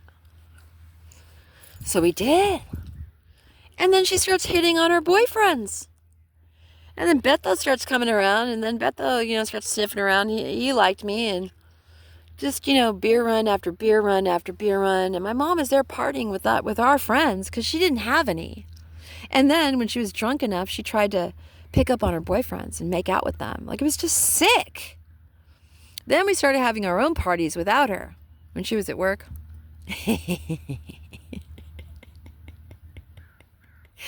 One in particular, it really sticks in my mind. So I remember, and again, Erica was always the hookup, man. She always would run into people that I knew from years ago. She was like the internet. Dude, I just met, I thought, hey, look who I found. Or, no way, how do you find these people? I don't know. And so I remember, I'm like, okay, I'll meet you. The party started, dude. There's people coming over. You need to get back here. Okay. So I go in, and the place is jumping, man. It's just like, it is popping. And we've got like 35, 40 people there. And this is like probably about 1,800 square foot house with a backyard and like, you know, like a back sunroom. And I'm like, dude, who the hell are these people? She's like, I don't know. I'm like, what? So we got like booze everywhere. We've got all kinds of shit going on. And I'm like, but where are our friends? Like, anyway, so a friend told a friend told a friend, right? Pretty soon it's 50 people, right? Then it's 60 people. So I don't know how it happened, but my mom called and Erica answered and she could hear the party. What's going on over there? Is there a party going on? Anyway, yeah, my uncle came over. He busted it up. Yeah, it was, by the time he got there, we must have had easily at least 75 people. Yeah, it was one of those moments. But my mother beat me until I was 17 years old on a regular basis. And I didn't know that it was wrong. I just thought that's how everyone was. I've seen her be abusive to my sister Erica, just cruel. I mean, young kids growing up, you know, middle-aged, like teenagers, and I'll never forget, we were in the bathroom and she was drunk and she was always looking to just dump her stuff on me. And I remember she pushed me against the wall in the bathroom, and it was all lined with tiles and stuff. So if you smashed your face against it, it would hurt, right? She tried to do that to me. She slammed me against the wall, and she was just like ready to come for me, right? And I said, no more of this. And I pushed her really hard, and I pushed her back. I'm like, you're not going to do this to me anymore. No more. And her eyes were so like, what? I'm like, I'm tired of you bullying me. I'm tired of you hitting me. I said, I don't even think you love me. So she's like, get out of my house. Get out of my house. So I did. And I went out, and I went outside and had a cigarette, and, you know, I didn't start smoking until I was 18. Thank you, Erica. Peer pressure. Anyway, so I'm sitting out there on the porch, didn't know where to go. We didn't have cell phones back then. And all of a sudden, I feel, and I'm deep in thought, she comes out at me with like this gallon of water, and then just pours water all over me, drenching me. It's nighttime. It's cold. I'm like, what are you doing? She goes, don't you ever do that to me again. Don't you ever. She's like, get your ass in the house. Like, so it was like this weird humiliation thing. I don't even know. So she was just this mean, nasty, to other people, she was really nice. Just your classic narcissist, right? But we didn't know what it was back then. So if your parent didn't like you, they always made you feel like you were the problem. You were always in trouble. They were always pinning shit on you, always looking for a reason to beat my ass. It's like never proud of my grades. I would get like almost all A's. I would win science fairs. I would win the project of the week. My book report would be on point, like everything, and she would never celebrate me, ever. Not like, mijita, I'm going to make you your favorite meal because you've been doing so good at school. Like, what do you want me to make for you, baby? No, never, ever. Like, we had to make our own food. Like, she would just, Mom, are you going to make dinner? Yeah, I'm going to do it right now. And then 3 hours later, like, no. So we would often have dinner at like 10 o'clock and, 11 o'clock. And we have to go to school the next day. Like, she didn't care. Like, there was no schedule. Like, anyway.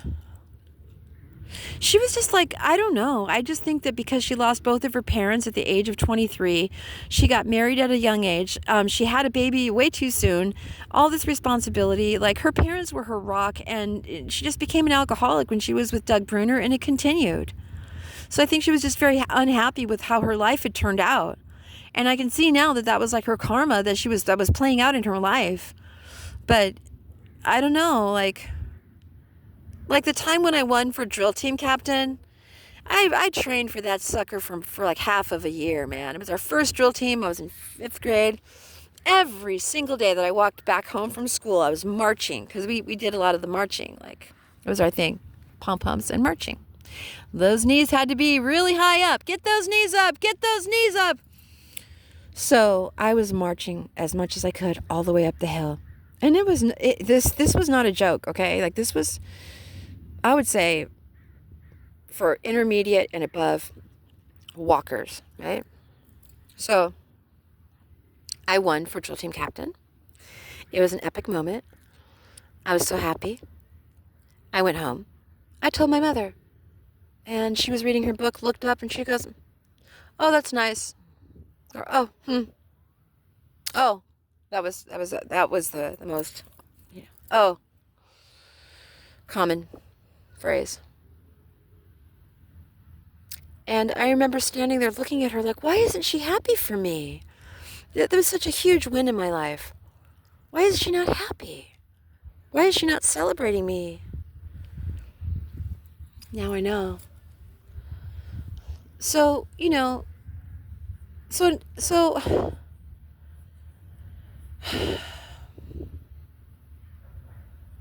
okay. So I'm gonna leave it right there, like age 13, okay? And I'm just gonna fast forward a little bit before I go, and I'll pick it up. But basically, I just want to say is that my childhood and my adolescence all were meant to set me up for failure as an adult. And any parent that has done this to their child and knows what they're doing, like purposely, willfully holding back love from your child, it will cause the child to not have any faith in themselves, or other people. It will cause them to be a loner. It will cause them to not really become anything in life. And you're just constantly worried, and you haven't seen what wealth is, or you don't know what it means to be okay or well off. But I had the memories of from when I was younger, when my stepfather and my mother were still together.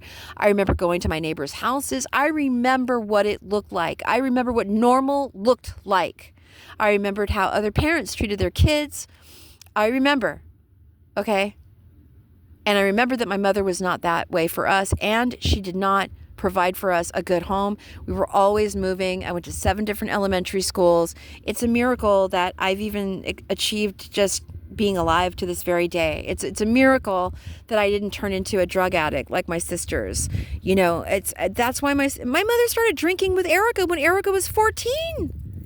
She wanted to have a drinking buddy. She never had any friends. All her friends were at the answering service. And then they all started dying off due to AIDS. It was so sad. That's why she always wanted us to bring our friends over. So this is the woman who I believe is the ringleader against me in this case. And it's something I never knew. She thought I would never find out. And because because this happened at such an early, it's like, it's the story of Rapunzel. Okay, it's Rapunzel. Remember the most recent one from Disney? I don't know, maybe it was from like the early 2000s or from the 2000s, but it's the one where it's animated. And without that beautiful, gorgeous hair, and remember when Rapunzel left the tower, and the reaction of the mother? I'm telling you, it's very similar, you guys.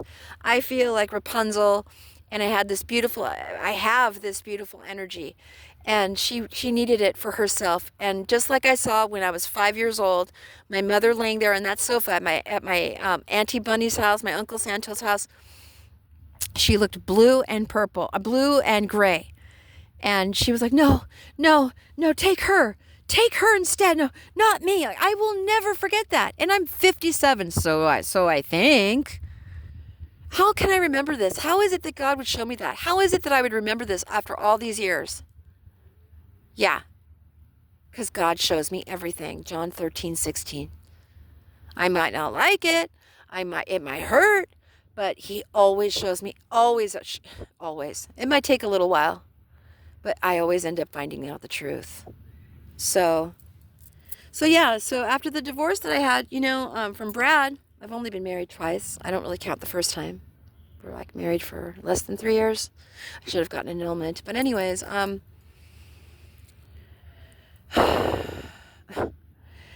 if I hadn't had the gumption to go to business college when I was 18, and again, I let my mother take care of my baby, which was one of the biggest mistakes of my life. By the time she was 2, I had a legal secretarial certificate. I could work at any lawyer. I wanted to be a lawyer. And then I got to hang out with this one firm, and I didn't like them at all. This particular firm. I think it was, what do they call it when the lawyers chase the ambulance? Personal injury. Yeah, PI. Okay. They weren't very good. I think they were. I don't even remember, but I didn't like them. So I took my skills elsewhere to reach the pinnacle of my success at Sony Pictures Entertainment, where I did business administration and worked on the set, off set. It was great. I really should have stayed there. I should never have left. I should never have married Brad Barclay. Ever. So as the story goes, you guys, and again, if it's all true, and it's really seeming like it is true, every man that was ever brought into my life was pre-selected for me, in an effort to be able to contain me, to handle me, to control me. Every time I see, look at this. Can you see that German Shepherd across the way? I don't think so. It reminds me of the Terminator, the first one. Whenever they would notice a Terminator, their dogs would just bark and bark and bark. Who knows who's around us these days, right? Looks like the kids are going to be getting here soon. Yeah, I'm going to wrap it up. Okay, so if it's true, you guys, if it's really true that this woman secretly adopted me or had me switched at birth, or if I really am from a wealthy family, a lost heir, royal blood, switched at birth, stolen inheritance, why my mother no longer wants to speak with me, and we were on perfectly good terms. My sister the same way. Why did they go cold? Why did they go quiet? The thing with Marcus, my ex-boyfriend that the last serious boyfriend, wanted to marry me and all this, but he wanted to control me, and other boyfriends, after Brad, same thing. So it's all making sense to me, and God is just giving me the chance, the time while I'm homeless to be able to have, so I can go to the park and talk about things like this, so I can think about it, so I can remember. It's not like I'm working like I was before. I didn't have time for it, nor did I want to make time for it. Who would want to talk about this kind of stuff, right? So yeah, I am. I just threw myself into corporate America and did what I was supposed to do, what I thought I was supposed to do. But I was always so insecure, and I was always so scared, and I was running late all the time, and I didn't have good boundaries with people. I didn't know what that was. I didn't even love myself. I hated myself. I was my own worst enemy. And that's what growing up like this creates, so that you eventually self-destruct, right? So I did my prodigal thing for a while and just, smoked a bunch of weed and went to a lot of concerts. And, I didn't know any better, guys. I'm going to lay back a little bit so we get to look at the sky. I don't know if this is a chemtrail or what. I don't know. Blue skies, baby. So so when I eventually got married to Miles, Miles, he was abusive, and he was controlling as well. Jewish American. He was hunky though. He ended up giving my daughter Danica a really bad spanking, kind of like what my dad did to me. And he was supposed to be her dad, and so I didn't know. It was bad. I was just like, you need to stop, And he was always jealous because it wasn't his kid, and it was just weird. My mom saw Danica's butt one time, and it was like, oh, you're letting him abuse her, and you're a bad mother. And that's when she started turning Danica against me, and it was just awful. Just awful. I loved my baby. I was a misguided person because of how I was raised. But I always loved my baby. But because I was so mistreated, that abuse ended up coming onto my daughter. Unfortunately, I didn't play with her like I was supposed to as much. I treated her like the way my mother treated me, and I thought that that's how mothers were supposed to treat their babies. I didn't know, and then that went even more into, even with my other children that I had with Brad. I thought I had to be very strict. I thought I had to be, like a hard ass. I thought I had to be in control. I had to protect everybody all the time and everything. And I didn't do a good job, you guys, because I didn't have a good model. So that'll be for part 2, okay? Yeah, we're coming up on 2 hours, so, and we've got the kiddos coming. So,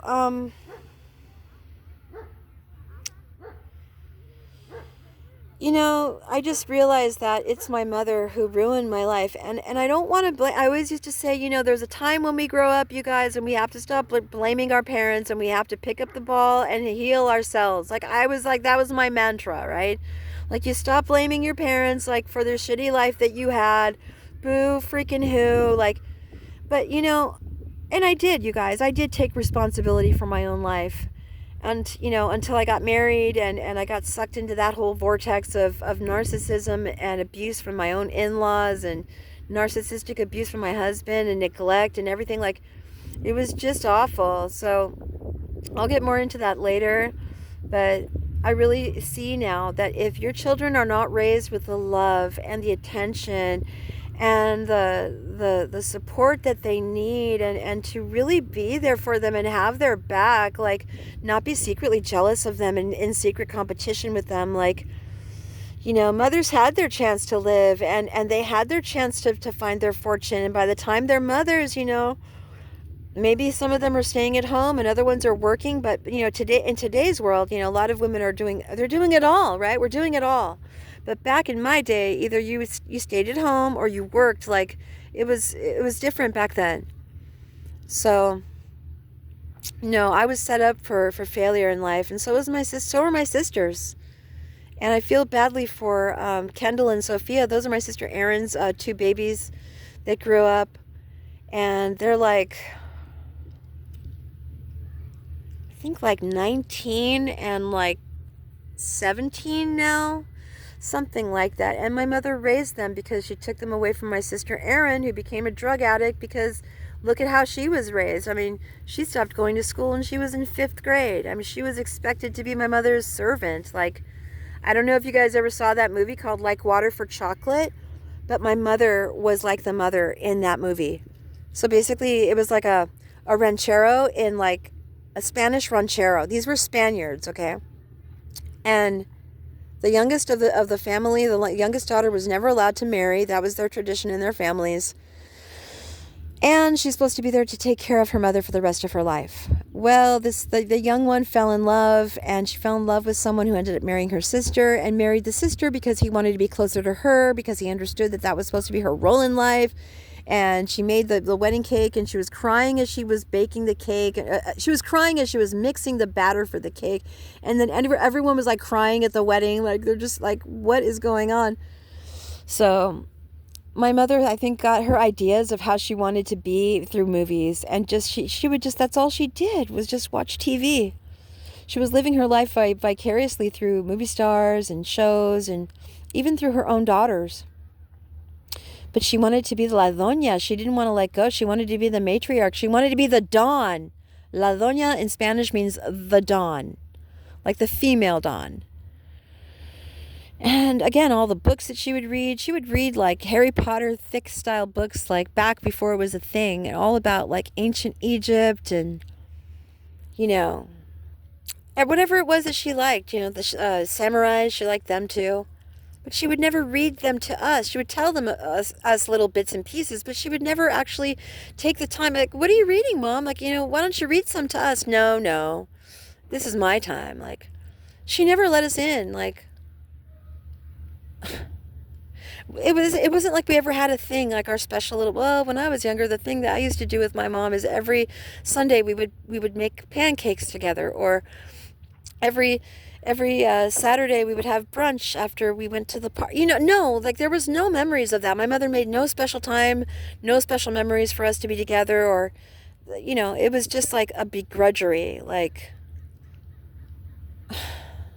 So when you grow up that way and you just feel like a burden to someone, you feel like you're being tolerated, you know, you just feel like you're just a pain in the ass and you shouldn't even be here. Like, what do you want now? Like, that's how she was. And it just set me up for failure as a person growing up. And I see that's why I failed as an adult growing up. And yeah, I was married for a long time, and I was a great mom, but I didn't know that a lot of the ways that I was behaving was just like my mom. So I was becoming like my mom, and I was horrified. And because I was going through morbid depression, and I was also going through the last 6 years of my marriage, morbid depression, and I was morbidly obese. I was like 220 pounds. I couldn't lose the weight after I had Mackenzie or Miko. So I didn't know I was having this major, I asked my ex-husband, I said, hey, I don't know, something's going on here with me. I don't know if it's a midlife crisis or what, but I need to get away. Like, I was never allowed to leave. I never had a spa day. He never paid for me to go for a spa day, Brad Barclay. He never like would rub my feet or rub my shoulders, or I felt like an indentured servant, but basically. Even though he provided for us, and I was thankful for that, but I ran that entire household by myself. My mother never helped me. His mother rarely helped me. They would, his parents would throw money at us. They just wanted to come and play with the cute little baby dolls and then go home. That's all they wanted. Or they would want us to go to their house, Brad's parents. All the holidays had to be at his parents. Like, we had no choice. Like, we couldn't even make our own memories. Like, I tried so hard, you guys. I really did. It's all hurting my heart right now. Lord, heal me.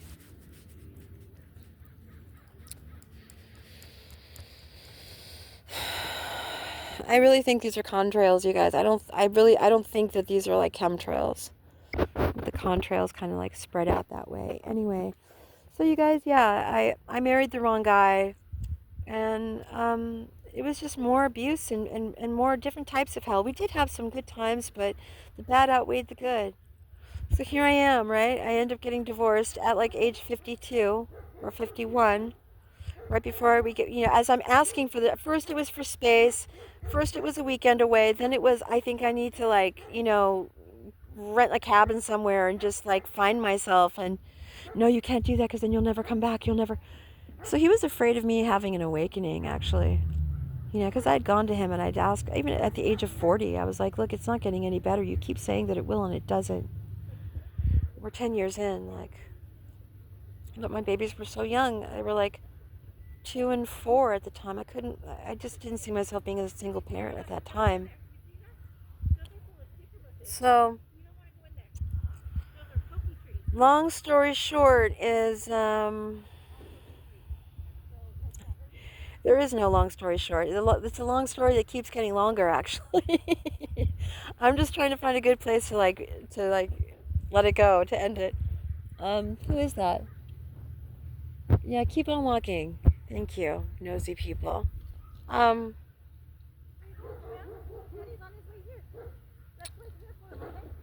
you know, I hate when people do this. I hate when they talk to their dogs like, we come to the park because we want some peace, right? Anyways, okay, I rebuke this evil in Yeshua's name. Thank you, Lord, amen. Well, at least we had 2 hours, right? Yeah. Yeah, Brad didn't let me go anywhere. I wanted to go travel. He wouldn't let me go. I wanted to go to Nigeria. I wanted to go help the orphans there. I wanted to take the kids. Everything was no, no, no, no, no. So my whole life I was always told, no, you can't go here. No, you can't go there. It's like Rapunzel, right? Now it's all making sense to me. Like, I'm not just here feeling sorry for myself and dwelling on this all day long, like every day, day after day. No, this stuff has been freaking like stored up in a locker storage unit somewhere, and it's just by itself there. Like, it's like it's separate from me now. Like, I do not associate with this energy anymore. It's taken me even up until last year to get rid of the spirit of shame. Like, the shame that was put on me, the stigmas that were put on me, the curses that just even to grow up as a family that didn't have a father and a mother was a big deal back then. Another stigma. My mother beating us like on the regular, at least 3 times a week minimum. Having to hide like bruises on my arms and stuff because I was scared that the teacher would find it or whatever. Always trying to protect my mother who was abusing me, and then when I needed protection, she was never there. So, and that one time, yes, thank you, Holy Spirit. Okay. So now that I know about chakras and the energy centers in our bodies, and now that I've become more spiritual, now that God has really shown me everything and the healing and everything, um, I remember my mother, she was so stupid. We had a coffee table, or somebody gave her a coffee table, but she just gave her the base, and they were going to return with a glass like top.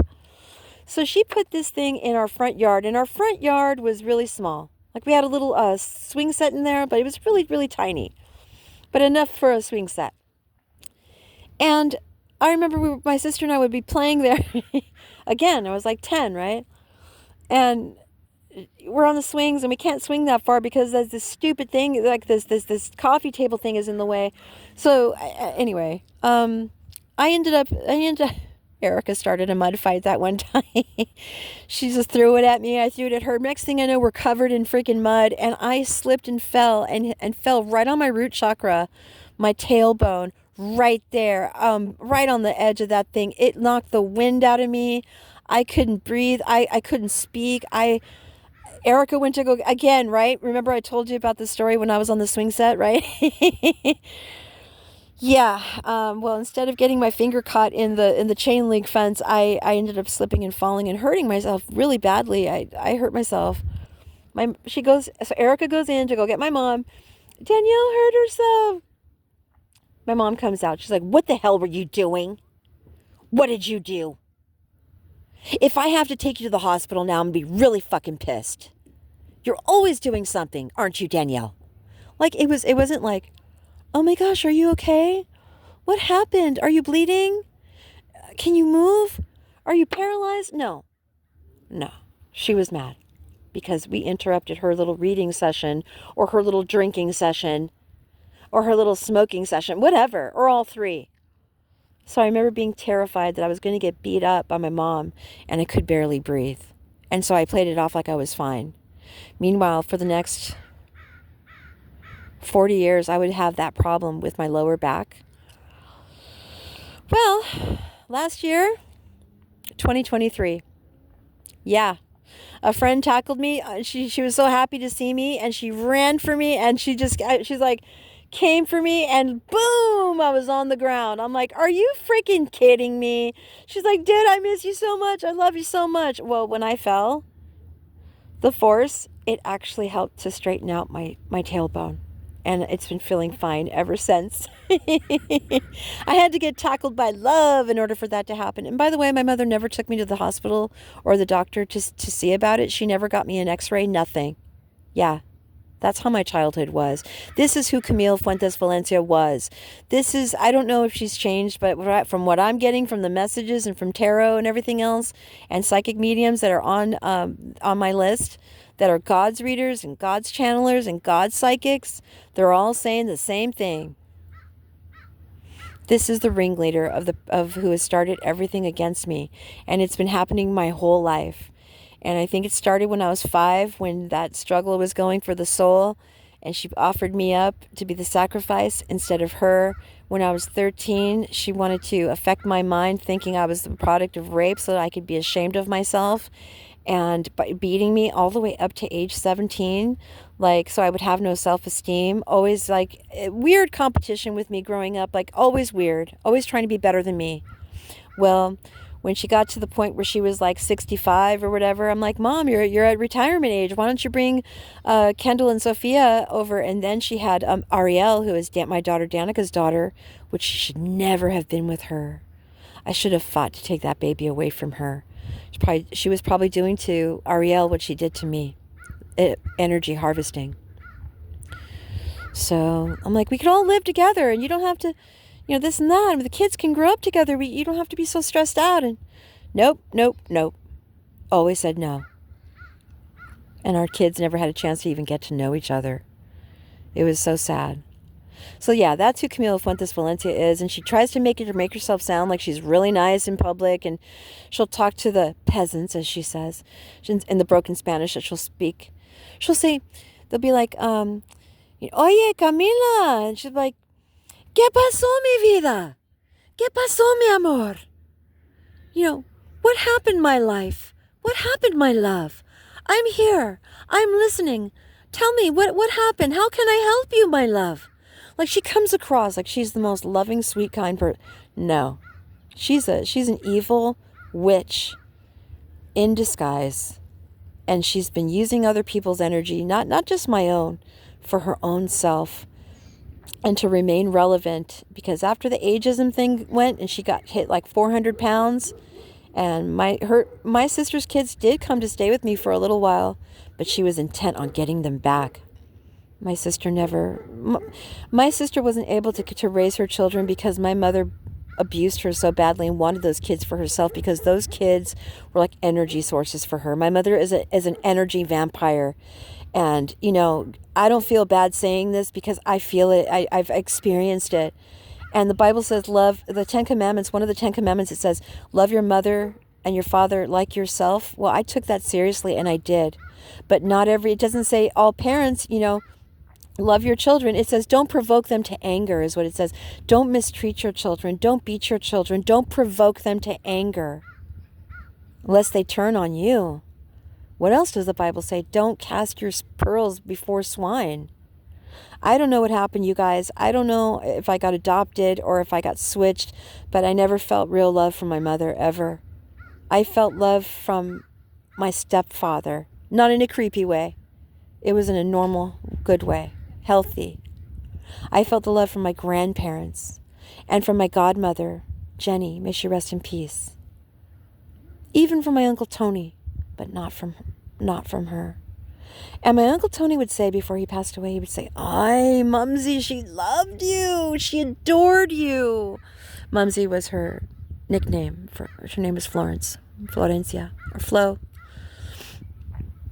And my mother hated me for that too. I remember I would hide behind my grandmother's legs at like age 3. She'd say, "Danielle, you better get over here right now. We're leaving. My grandmother would come. She'd say, "What are we saying? What? Don't you talk to my granddaughter in that tone. Don't you speak to her in that way. You're scaring her. What is going on?" And my mother would have to bite her tongue. And my grandmother would just always make such a big deal out of me. And that's why my Aunt Joan hates me too. She'd have a whole closet full of toys. And I would ask for something to play with. And my grandmother would say, "Of course, mijita. What do you want to play? What do you want, baby? What do you want? Whatever you want." And I took like, my aunt always had like the cool toys and stuff, so I'd see them on TV. Like I'd be like, "Ooh, I want to try that one." My aunt would come home from school, and I took care of stuff. I didn't like ruin stuff. My aunt just flew into a rage, took everything away from me, and then she would get in trouble from my grandmother. She would say, "Who told you to do that? She's playing with it. Give it back.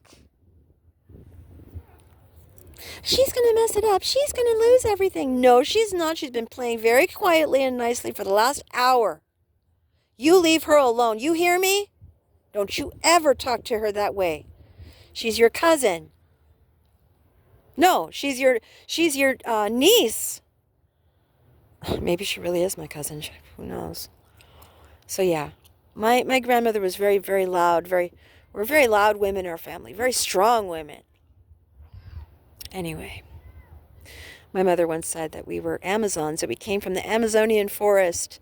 She'd always read all these stories. She goes, "Yeah, we're Wonder Woman." I said, "Where Wonder Woman comes from?" She's like, "Yep, that's where we come from." I'm like, "Cool. Am I going to get an invisible jet one day?" You never know. Oh, sorry, my hand's there. Sorry, guys. You never know. So, yeah. So I grew up thinking that I was related to Wonder Woman and that I always had to be strong like her and that I could do anything like her. Isn't that something? I still believe that. But due to all the witchcraft and the black magic that they've put on me and the restrictions and selling me off, supposedly, again, this is all like ether stuff. But God is showing me, and there's been like a bazillion, cajillion, like confirmations. Like, it's like I can't get away with it. I mean, I can't. I'm on my phone and I cannot get away with a day. There's not a day. And I know that there's algorithms. There's not a day that goes by that I'm not seeing these messages, okay? And even when I go and I take a look at, yeah, I rebuke that evil in the name of Jesus, Yeshua, Messiah. If there's anyone that's like, going to take me line by line, word by word, and try and use it against me in court or some weird shit, it's these people who thought that they were going to get away with it. I have never tried to do anything illegal or to try and get over on someone or steal their money or steal their inheritance or try to frame people or try to go to weird cults and rituals and sex orgies and disgusting stuff like that. I don't do that. That's not me. That's my mother. Everything that she has ever said about me has been a projection of her own nasty, dirty, ugly self. And all these people that think that she's a good person and think that she's nice and think that she's sweet and all of this stuff, they don't know the real, they don't know the real Camille Fuentes Valencia, who tried to sacrifice her own daughter. And I believe that's part of the reason why my daughter Danica Ryan Valencia is no longer alive. I don't think that it's just a drug overdose. I think she was a sacrifice. And what do they always say about celebrities and things like that? Oh, they were on drugs. Oh, they were crazy. Oh, they, whatever. It's always the same thing. It's always the same freaking lie. It's the same freaking bullshit lie. And I'm tired of these lies being told about me. And I'm tired of an entire false narrative being believed about me. And any judicial people that might be watching this right now, you believe these lies? If you chose to believe hearsay without even getting actual real proof, not this doctored up stuff, not these fake AI videos of me having sex on the in my own house that were later sold to the dark web, and these photos that they've changed. With the introduction to AI, we're going to have a lot more problems like this. Don't believe everything that you see. No one's ever interviewed me. You just went ahead and believed. Oh, we don't know where she is. Oh, she's kind of crazy. Yeah, she's homeless. Yeah, we heard that she's homeless. She's a drug addict. All these lies. And yes, I am homeless. Why? Because of the horrible abuse that I went through with Marcus Todd Dirk, a.k.a. Marcus St. James. And because I was just roasted on a new job, learning a new field, property management. I was working 70 hours a week practically. And I did that for almost a year straight without a break. Yeah, I finally found out what burnout was. And then that on top of with this weird, like, narcissistic abuse on steroids. They sent this guy that he was a hitman, and all the descriptions that the readers make of him and everything, like, it's him. And then, when they talk about the karmic mothers and what she did and how she did it and how she was, they're describing my mother to a T. How is it that people just dismiss it? Oh, that's not real. That's not real. Then why were they trying to knock off a tarot reader who was telling the truth? The church isn't telling us. I can't go to my pastor and talk to him about these things. No, what are they going to do? They're going to want me to go on Prozac and then go see a shrink? No, I've tried Prozac after my divorce. It didn't help. It just created an addiction that I didn't need. So I'm not on Prozac anymore. I'm on zero pharmaceuticals. I hate pills. If I do anything, I'll be 420 friendly or the occasional drink, but no, I don't do meth. I don't do fentanyl. I don't sell drugs. I met someone recently, a new female friend who, her name is Mary. I'll talk more about that later. She introduced me to some of her friends, and I found out that her friends, they're not good friends. They're not good people. They like to use meth and stuff like that. I'm like, ew, this is gross. Like, why didn't you tell me sooner? Oh, I thought you wouldn't like me anymore. Yeah. I'm like, dude, I've got people watching me. I can't be doing this. You can't just take me anywhere. I can't just fucking go anywhere. But people never believe me anyway. It's like they turn a deaf ear. Or maybe they wanted me. Maybe they were part of the setup. Maybe Mary was. I wouldn't doubt it. Hasn't everyone else been? So all the friends I thought that were true friends really weren't. And all the loves that I had in my life that I thought were real really weren't, because because they did a Britney Spears on me. That's another one I keep getting, that they did an illegal guardianship on me, and my mother is the ringleader. Why I couldn't go anywhere, why I could never do anything, why I couldn't really, live, because they wanted to just suck off my dang energy and drain me dry to the point where I died, and then after that have a big kumbaya and everybody gets really high off my essence, building empires off of me. This is not just me, you guys. This is happening to a lot of other people, but people aren't talking about it. Shh. Because once the mainstream finds out about it, the cat's out of the bag. The cat is out of the bag already. This is esoteric knowledge. This stuff has been going on since the ancient Egyptian days. No wonder my mother was so fascinated with them. Yeah. So then the government started doing it to people, and then like the Rockefellers, the royals, all the higher ups, that we could never touch them, right? Royals of all over the world have been doing this. And then it starts trickling down into the mainstream, and then so-and-so celebrity who has no freaking talent at all sees someone on the internet and decides they want to do a destiny swap. They want their talent. Some new person, an up-and-comer that's not famous yet. Yeah, they do that to us, you guys. Why do you think that there's so many fake insurance frauds and scams? And it's because everybody wants to join the Illuminati. Everybody wants to join Satan and his crew. It's like, okay, you want to be famous? You want to be a multimillionaire? You want this? You want this guy? You want that guy? You want this girl? Okay, you're going to have to sign here. Yeah, okay, here's the blood. We're going to take the blood from your hand. We're taking the blood. Yeah, you need to sign in your own blood.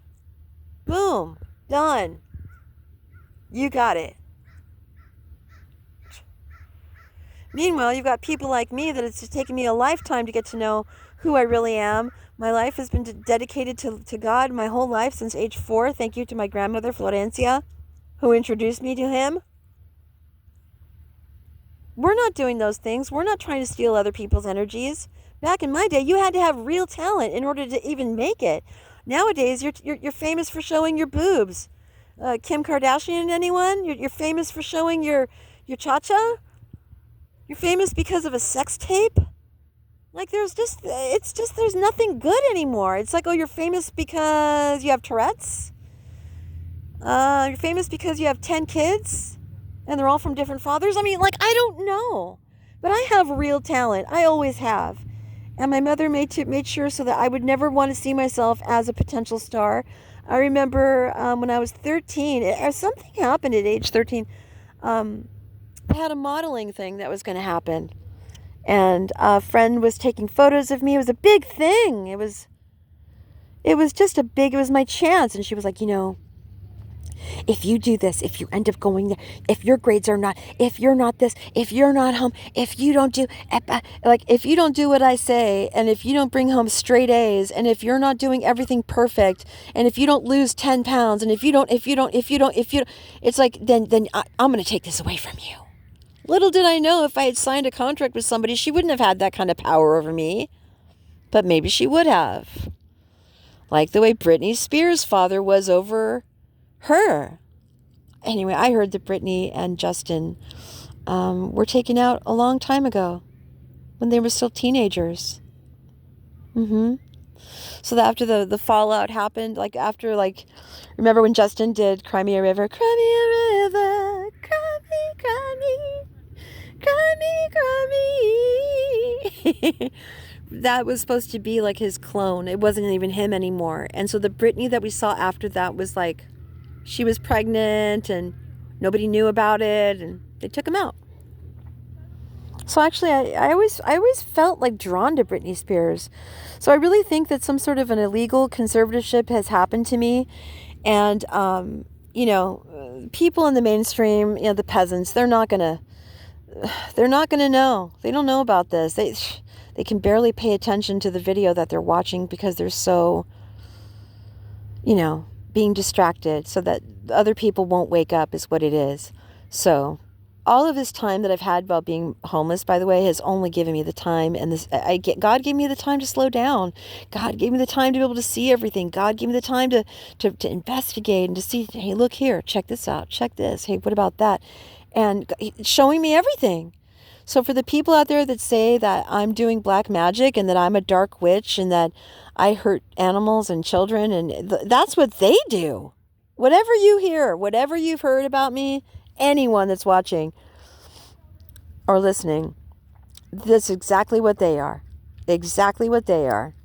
So it's just a classic case of projection and just a lifelong experience of like the scapegoat experience.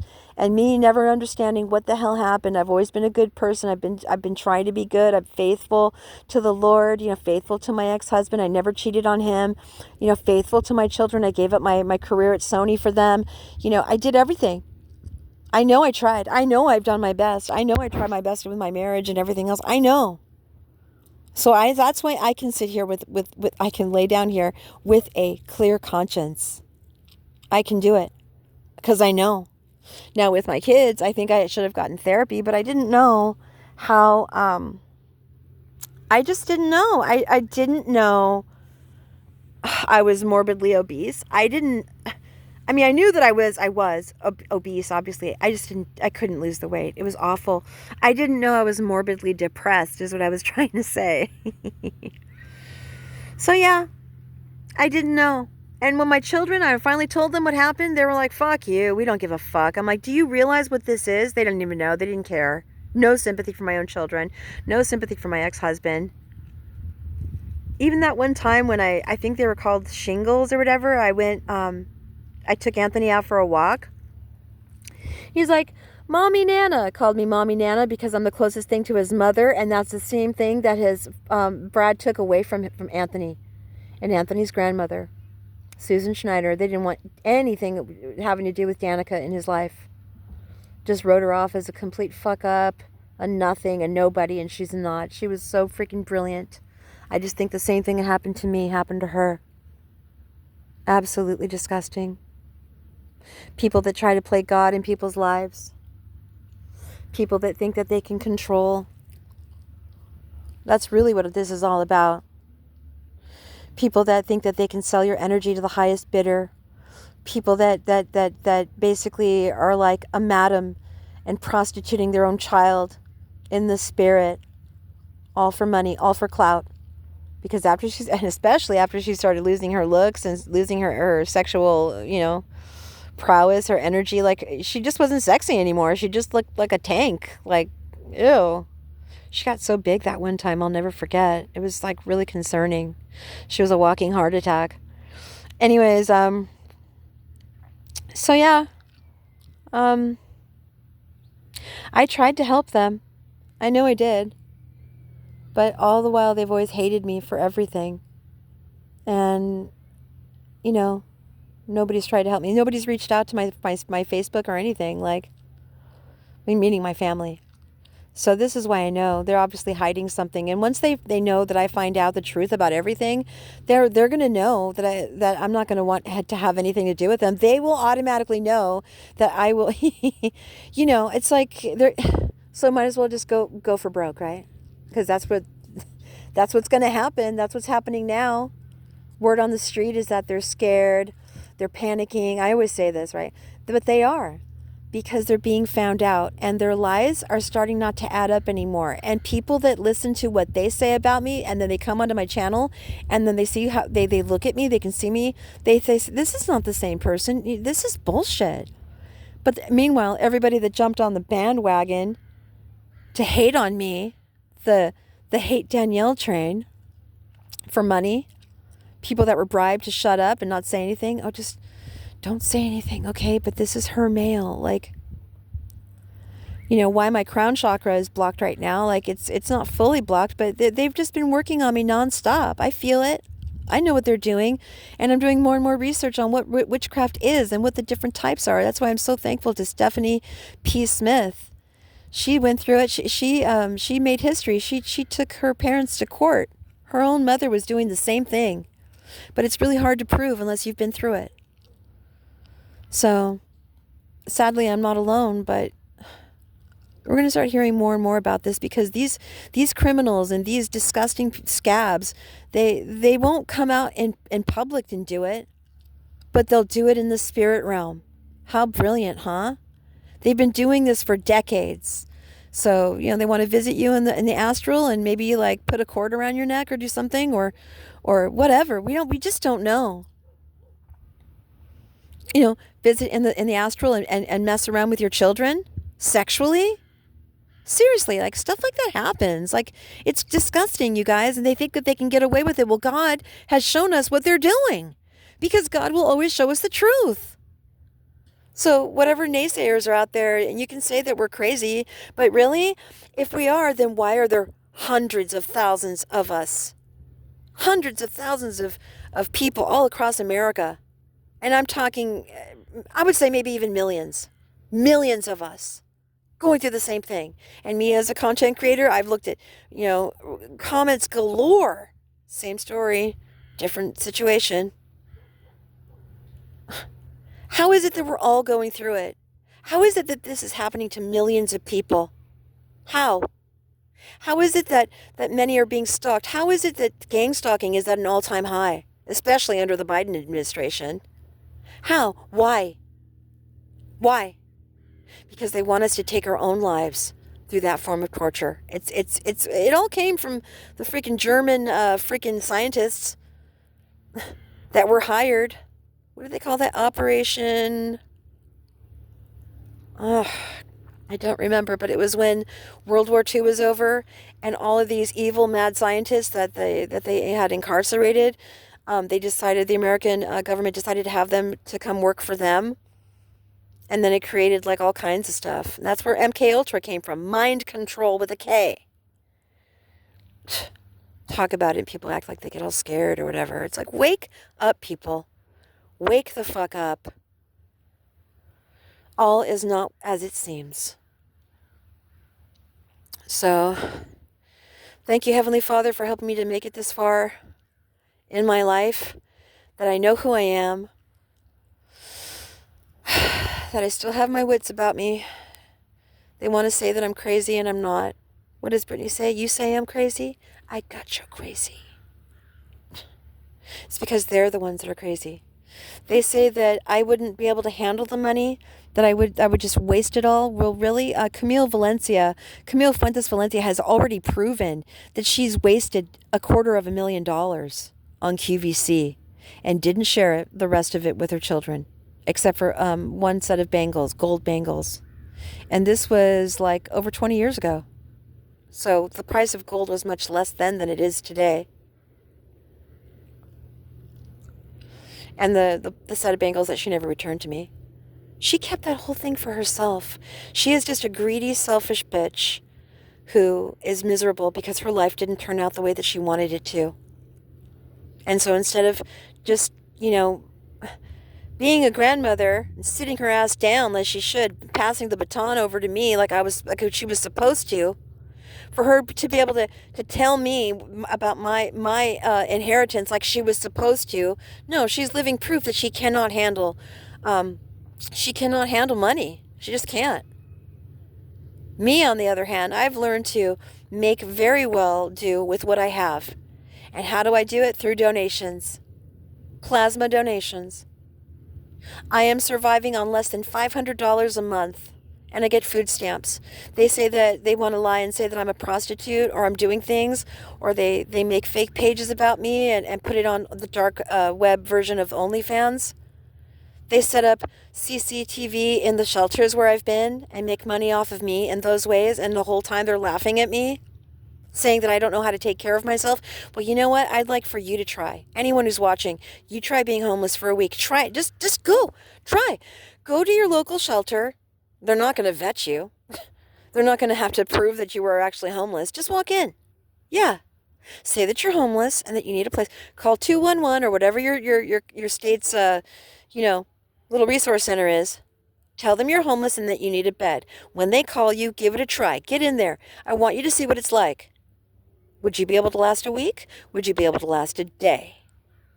I don't think so. Yeah. In other words, my point is, in order to make it through this type of homelessness, you have to have your wits about you. You need to be sharp. You need to be on point. You need to watch your back because there's no one else there to watch it for you. And the friends that you think that are around you, they're actually really fake and users. Oftentimes ex-druggies or they're currently using, or you're around prostitutes. You're around bad people, right? The bottom of the barrel, right? Yeah.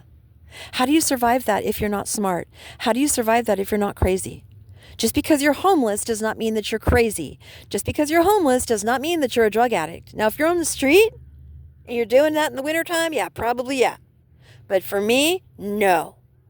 I'm sheltered. That's an entirely different category. That's a different level, okay?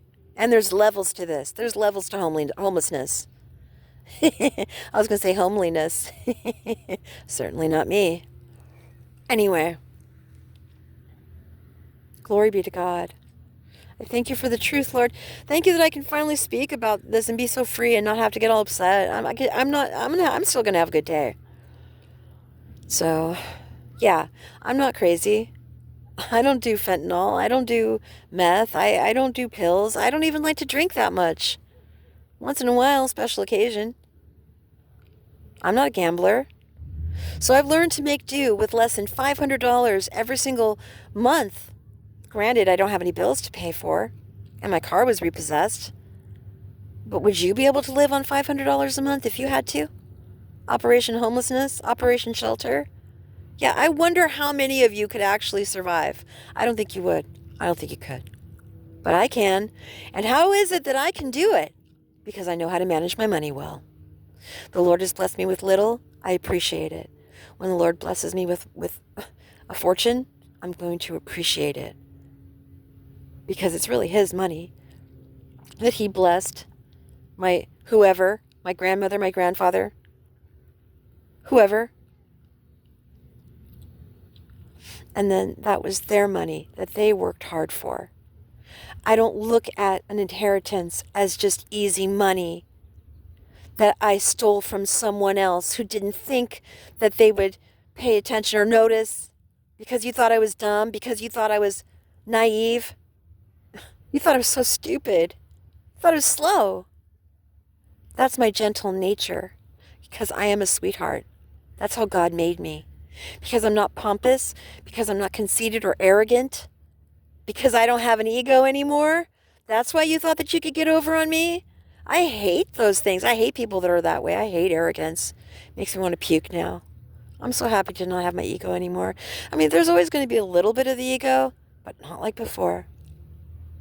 Yeah, you try being homeless. You see what it's like. You try having your family taken away from you. You try having your children taken away from you. You try having your own puppy that you bought with your own money for your birthday stolen from you weeks before Thanksgiving, your first set of holidays. You try having your reputation completely destroyed. You try having every single one of the friends that you had been taken away from you. Yeah, they took everything from me. They didn't want me to have friends, family, love, pets, success, not even a good day, not even to enjoy myself like I am right now. I'm laying in the sun and I'm looking at blue skies and I'm so happy. Yeah, they don't even want me to enjoy this. But I am. And I'm going to continue to enjoy this day because it's not over yet. And you know what? My life is not over yet. So I'm just going to live the rest of my life for the Lord. I'm going to continue to do the work that He has for me. And even though I don't see it right now, like obviously my subscribership is really, it's ridiculously low. It's a joke at this point. This is an example of witchcraft and what they've done to me. I've done over 650 videos. And by the way, just a really quick nod to Amber, my old best friend, who is also fake and probably brought in by these people. She's done like 400 something videos, like 450 or something, and she has 150,000 subscribers. She's only done 450. And supposedly she's been doing this for 15 years. How does this make sense? So maybe it's true what those girls said about her, Keegan and all them. Keegan, Sage, and Jen. They said that she was buying subscribers. And then she, of course, she stole the content from TikTok and put it onto her channel to create all of this. And she's eligible for 100 grand a month through YouTube Partnership Program? I don't think so. No. Something very wrong there. No, I should have at least 10,000 subscribers. I just saw somebody who started the same time I did, and they have 40,000 subscribers. And especially when you're grinding on it nonstop, like it's your job. Like you're treating it as your actual real job. Everything else comes second to it. Yeah, that's what I did. That's the kind of energy I put into my channel. And I have less than 200. It's a fucking joke. So yeah, I'm gonna be switching platforms. Everything's been really chaotic. And if you do notice that there's A Marie, that's a link on my page right here. It's only because I don't know how to take it off. She was like, "Oh, be attached to me, and then my people will come to your people, and you'll become famous." Yeah, now I see what kind of an attachment that was. It's probably why I haven't grown. It's probably cursed, which it is. So again, another fake friend. It's like, they don't want me to have real, true friendship or real, true anything. It's like they just want me to just basically end it all. And I'm not, because I still have the joy of the Lord in my heart. And because I still have work to do here. I know what my purpose is here. And now that I see who all the players are on this chessboard, I'm like, oh, hell no. I will go when God takes me. I'm not going to just let them feast off of my energy for one last hurrah and be able to, the kind of energy that your essence, once it's the end, it's like, to me, it's like ultra concentrated, like really the best stuff you could get, which is, again, why they want to sacrifice us, right?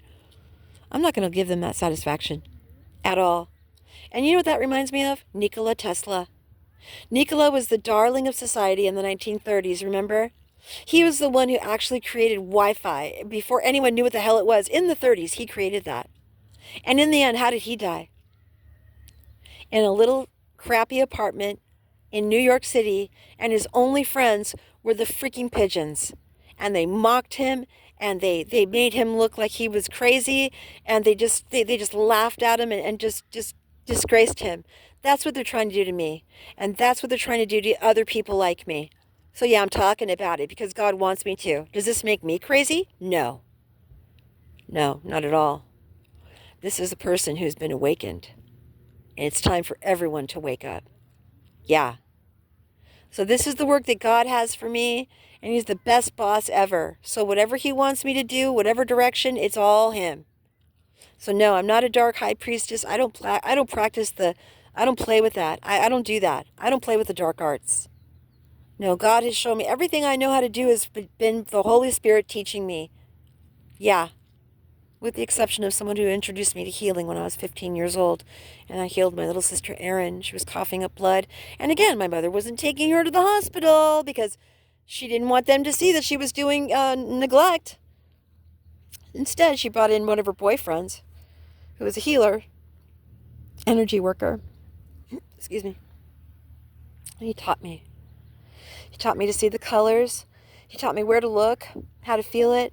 And he told me what to do because I can't stay here, but she's going to need another 3 hours. Can you do this? And I did. I stood by my sister's bedside the whole night, like that, the rest of that night. Finally, she was able to sleep and she stopped coughing the blood and she was fine the next day. It never came back again. That was the only lesson in healing that I've ever had in my entire life. And I use that same practice. I use the same method. So I can't wait to learn more about it. But yeah, I'm here for humanity. And I have a very special, important purpose in life. And I'm just not going to stop until I find out what it is.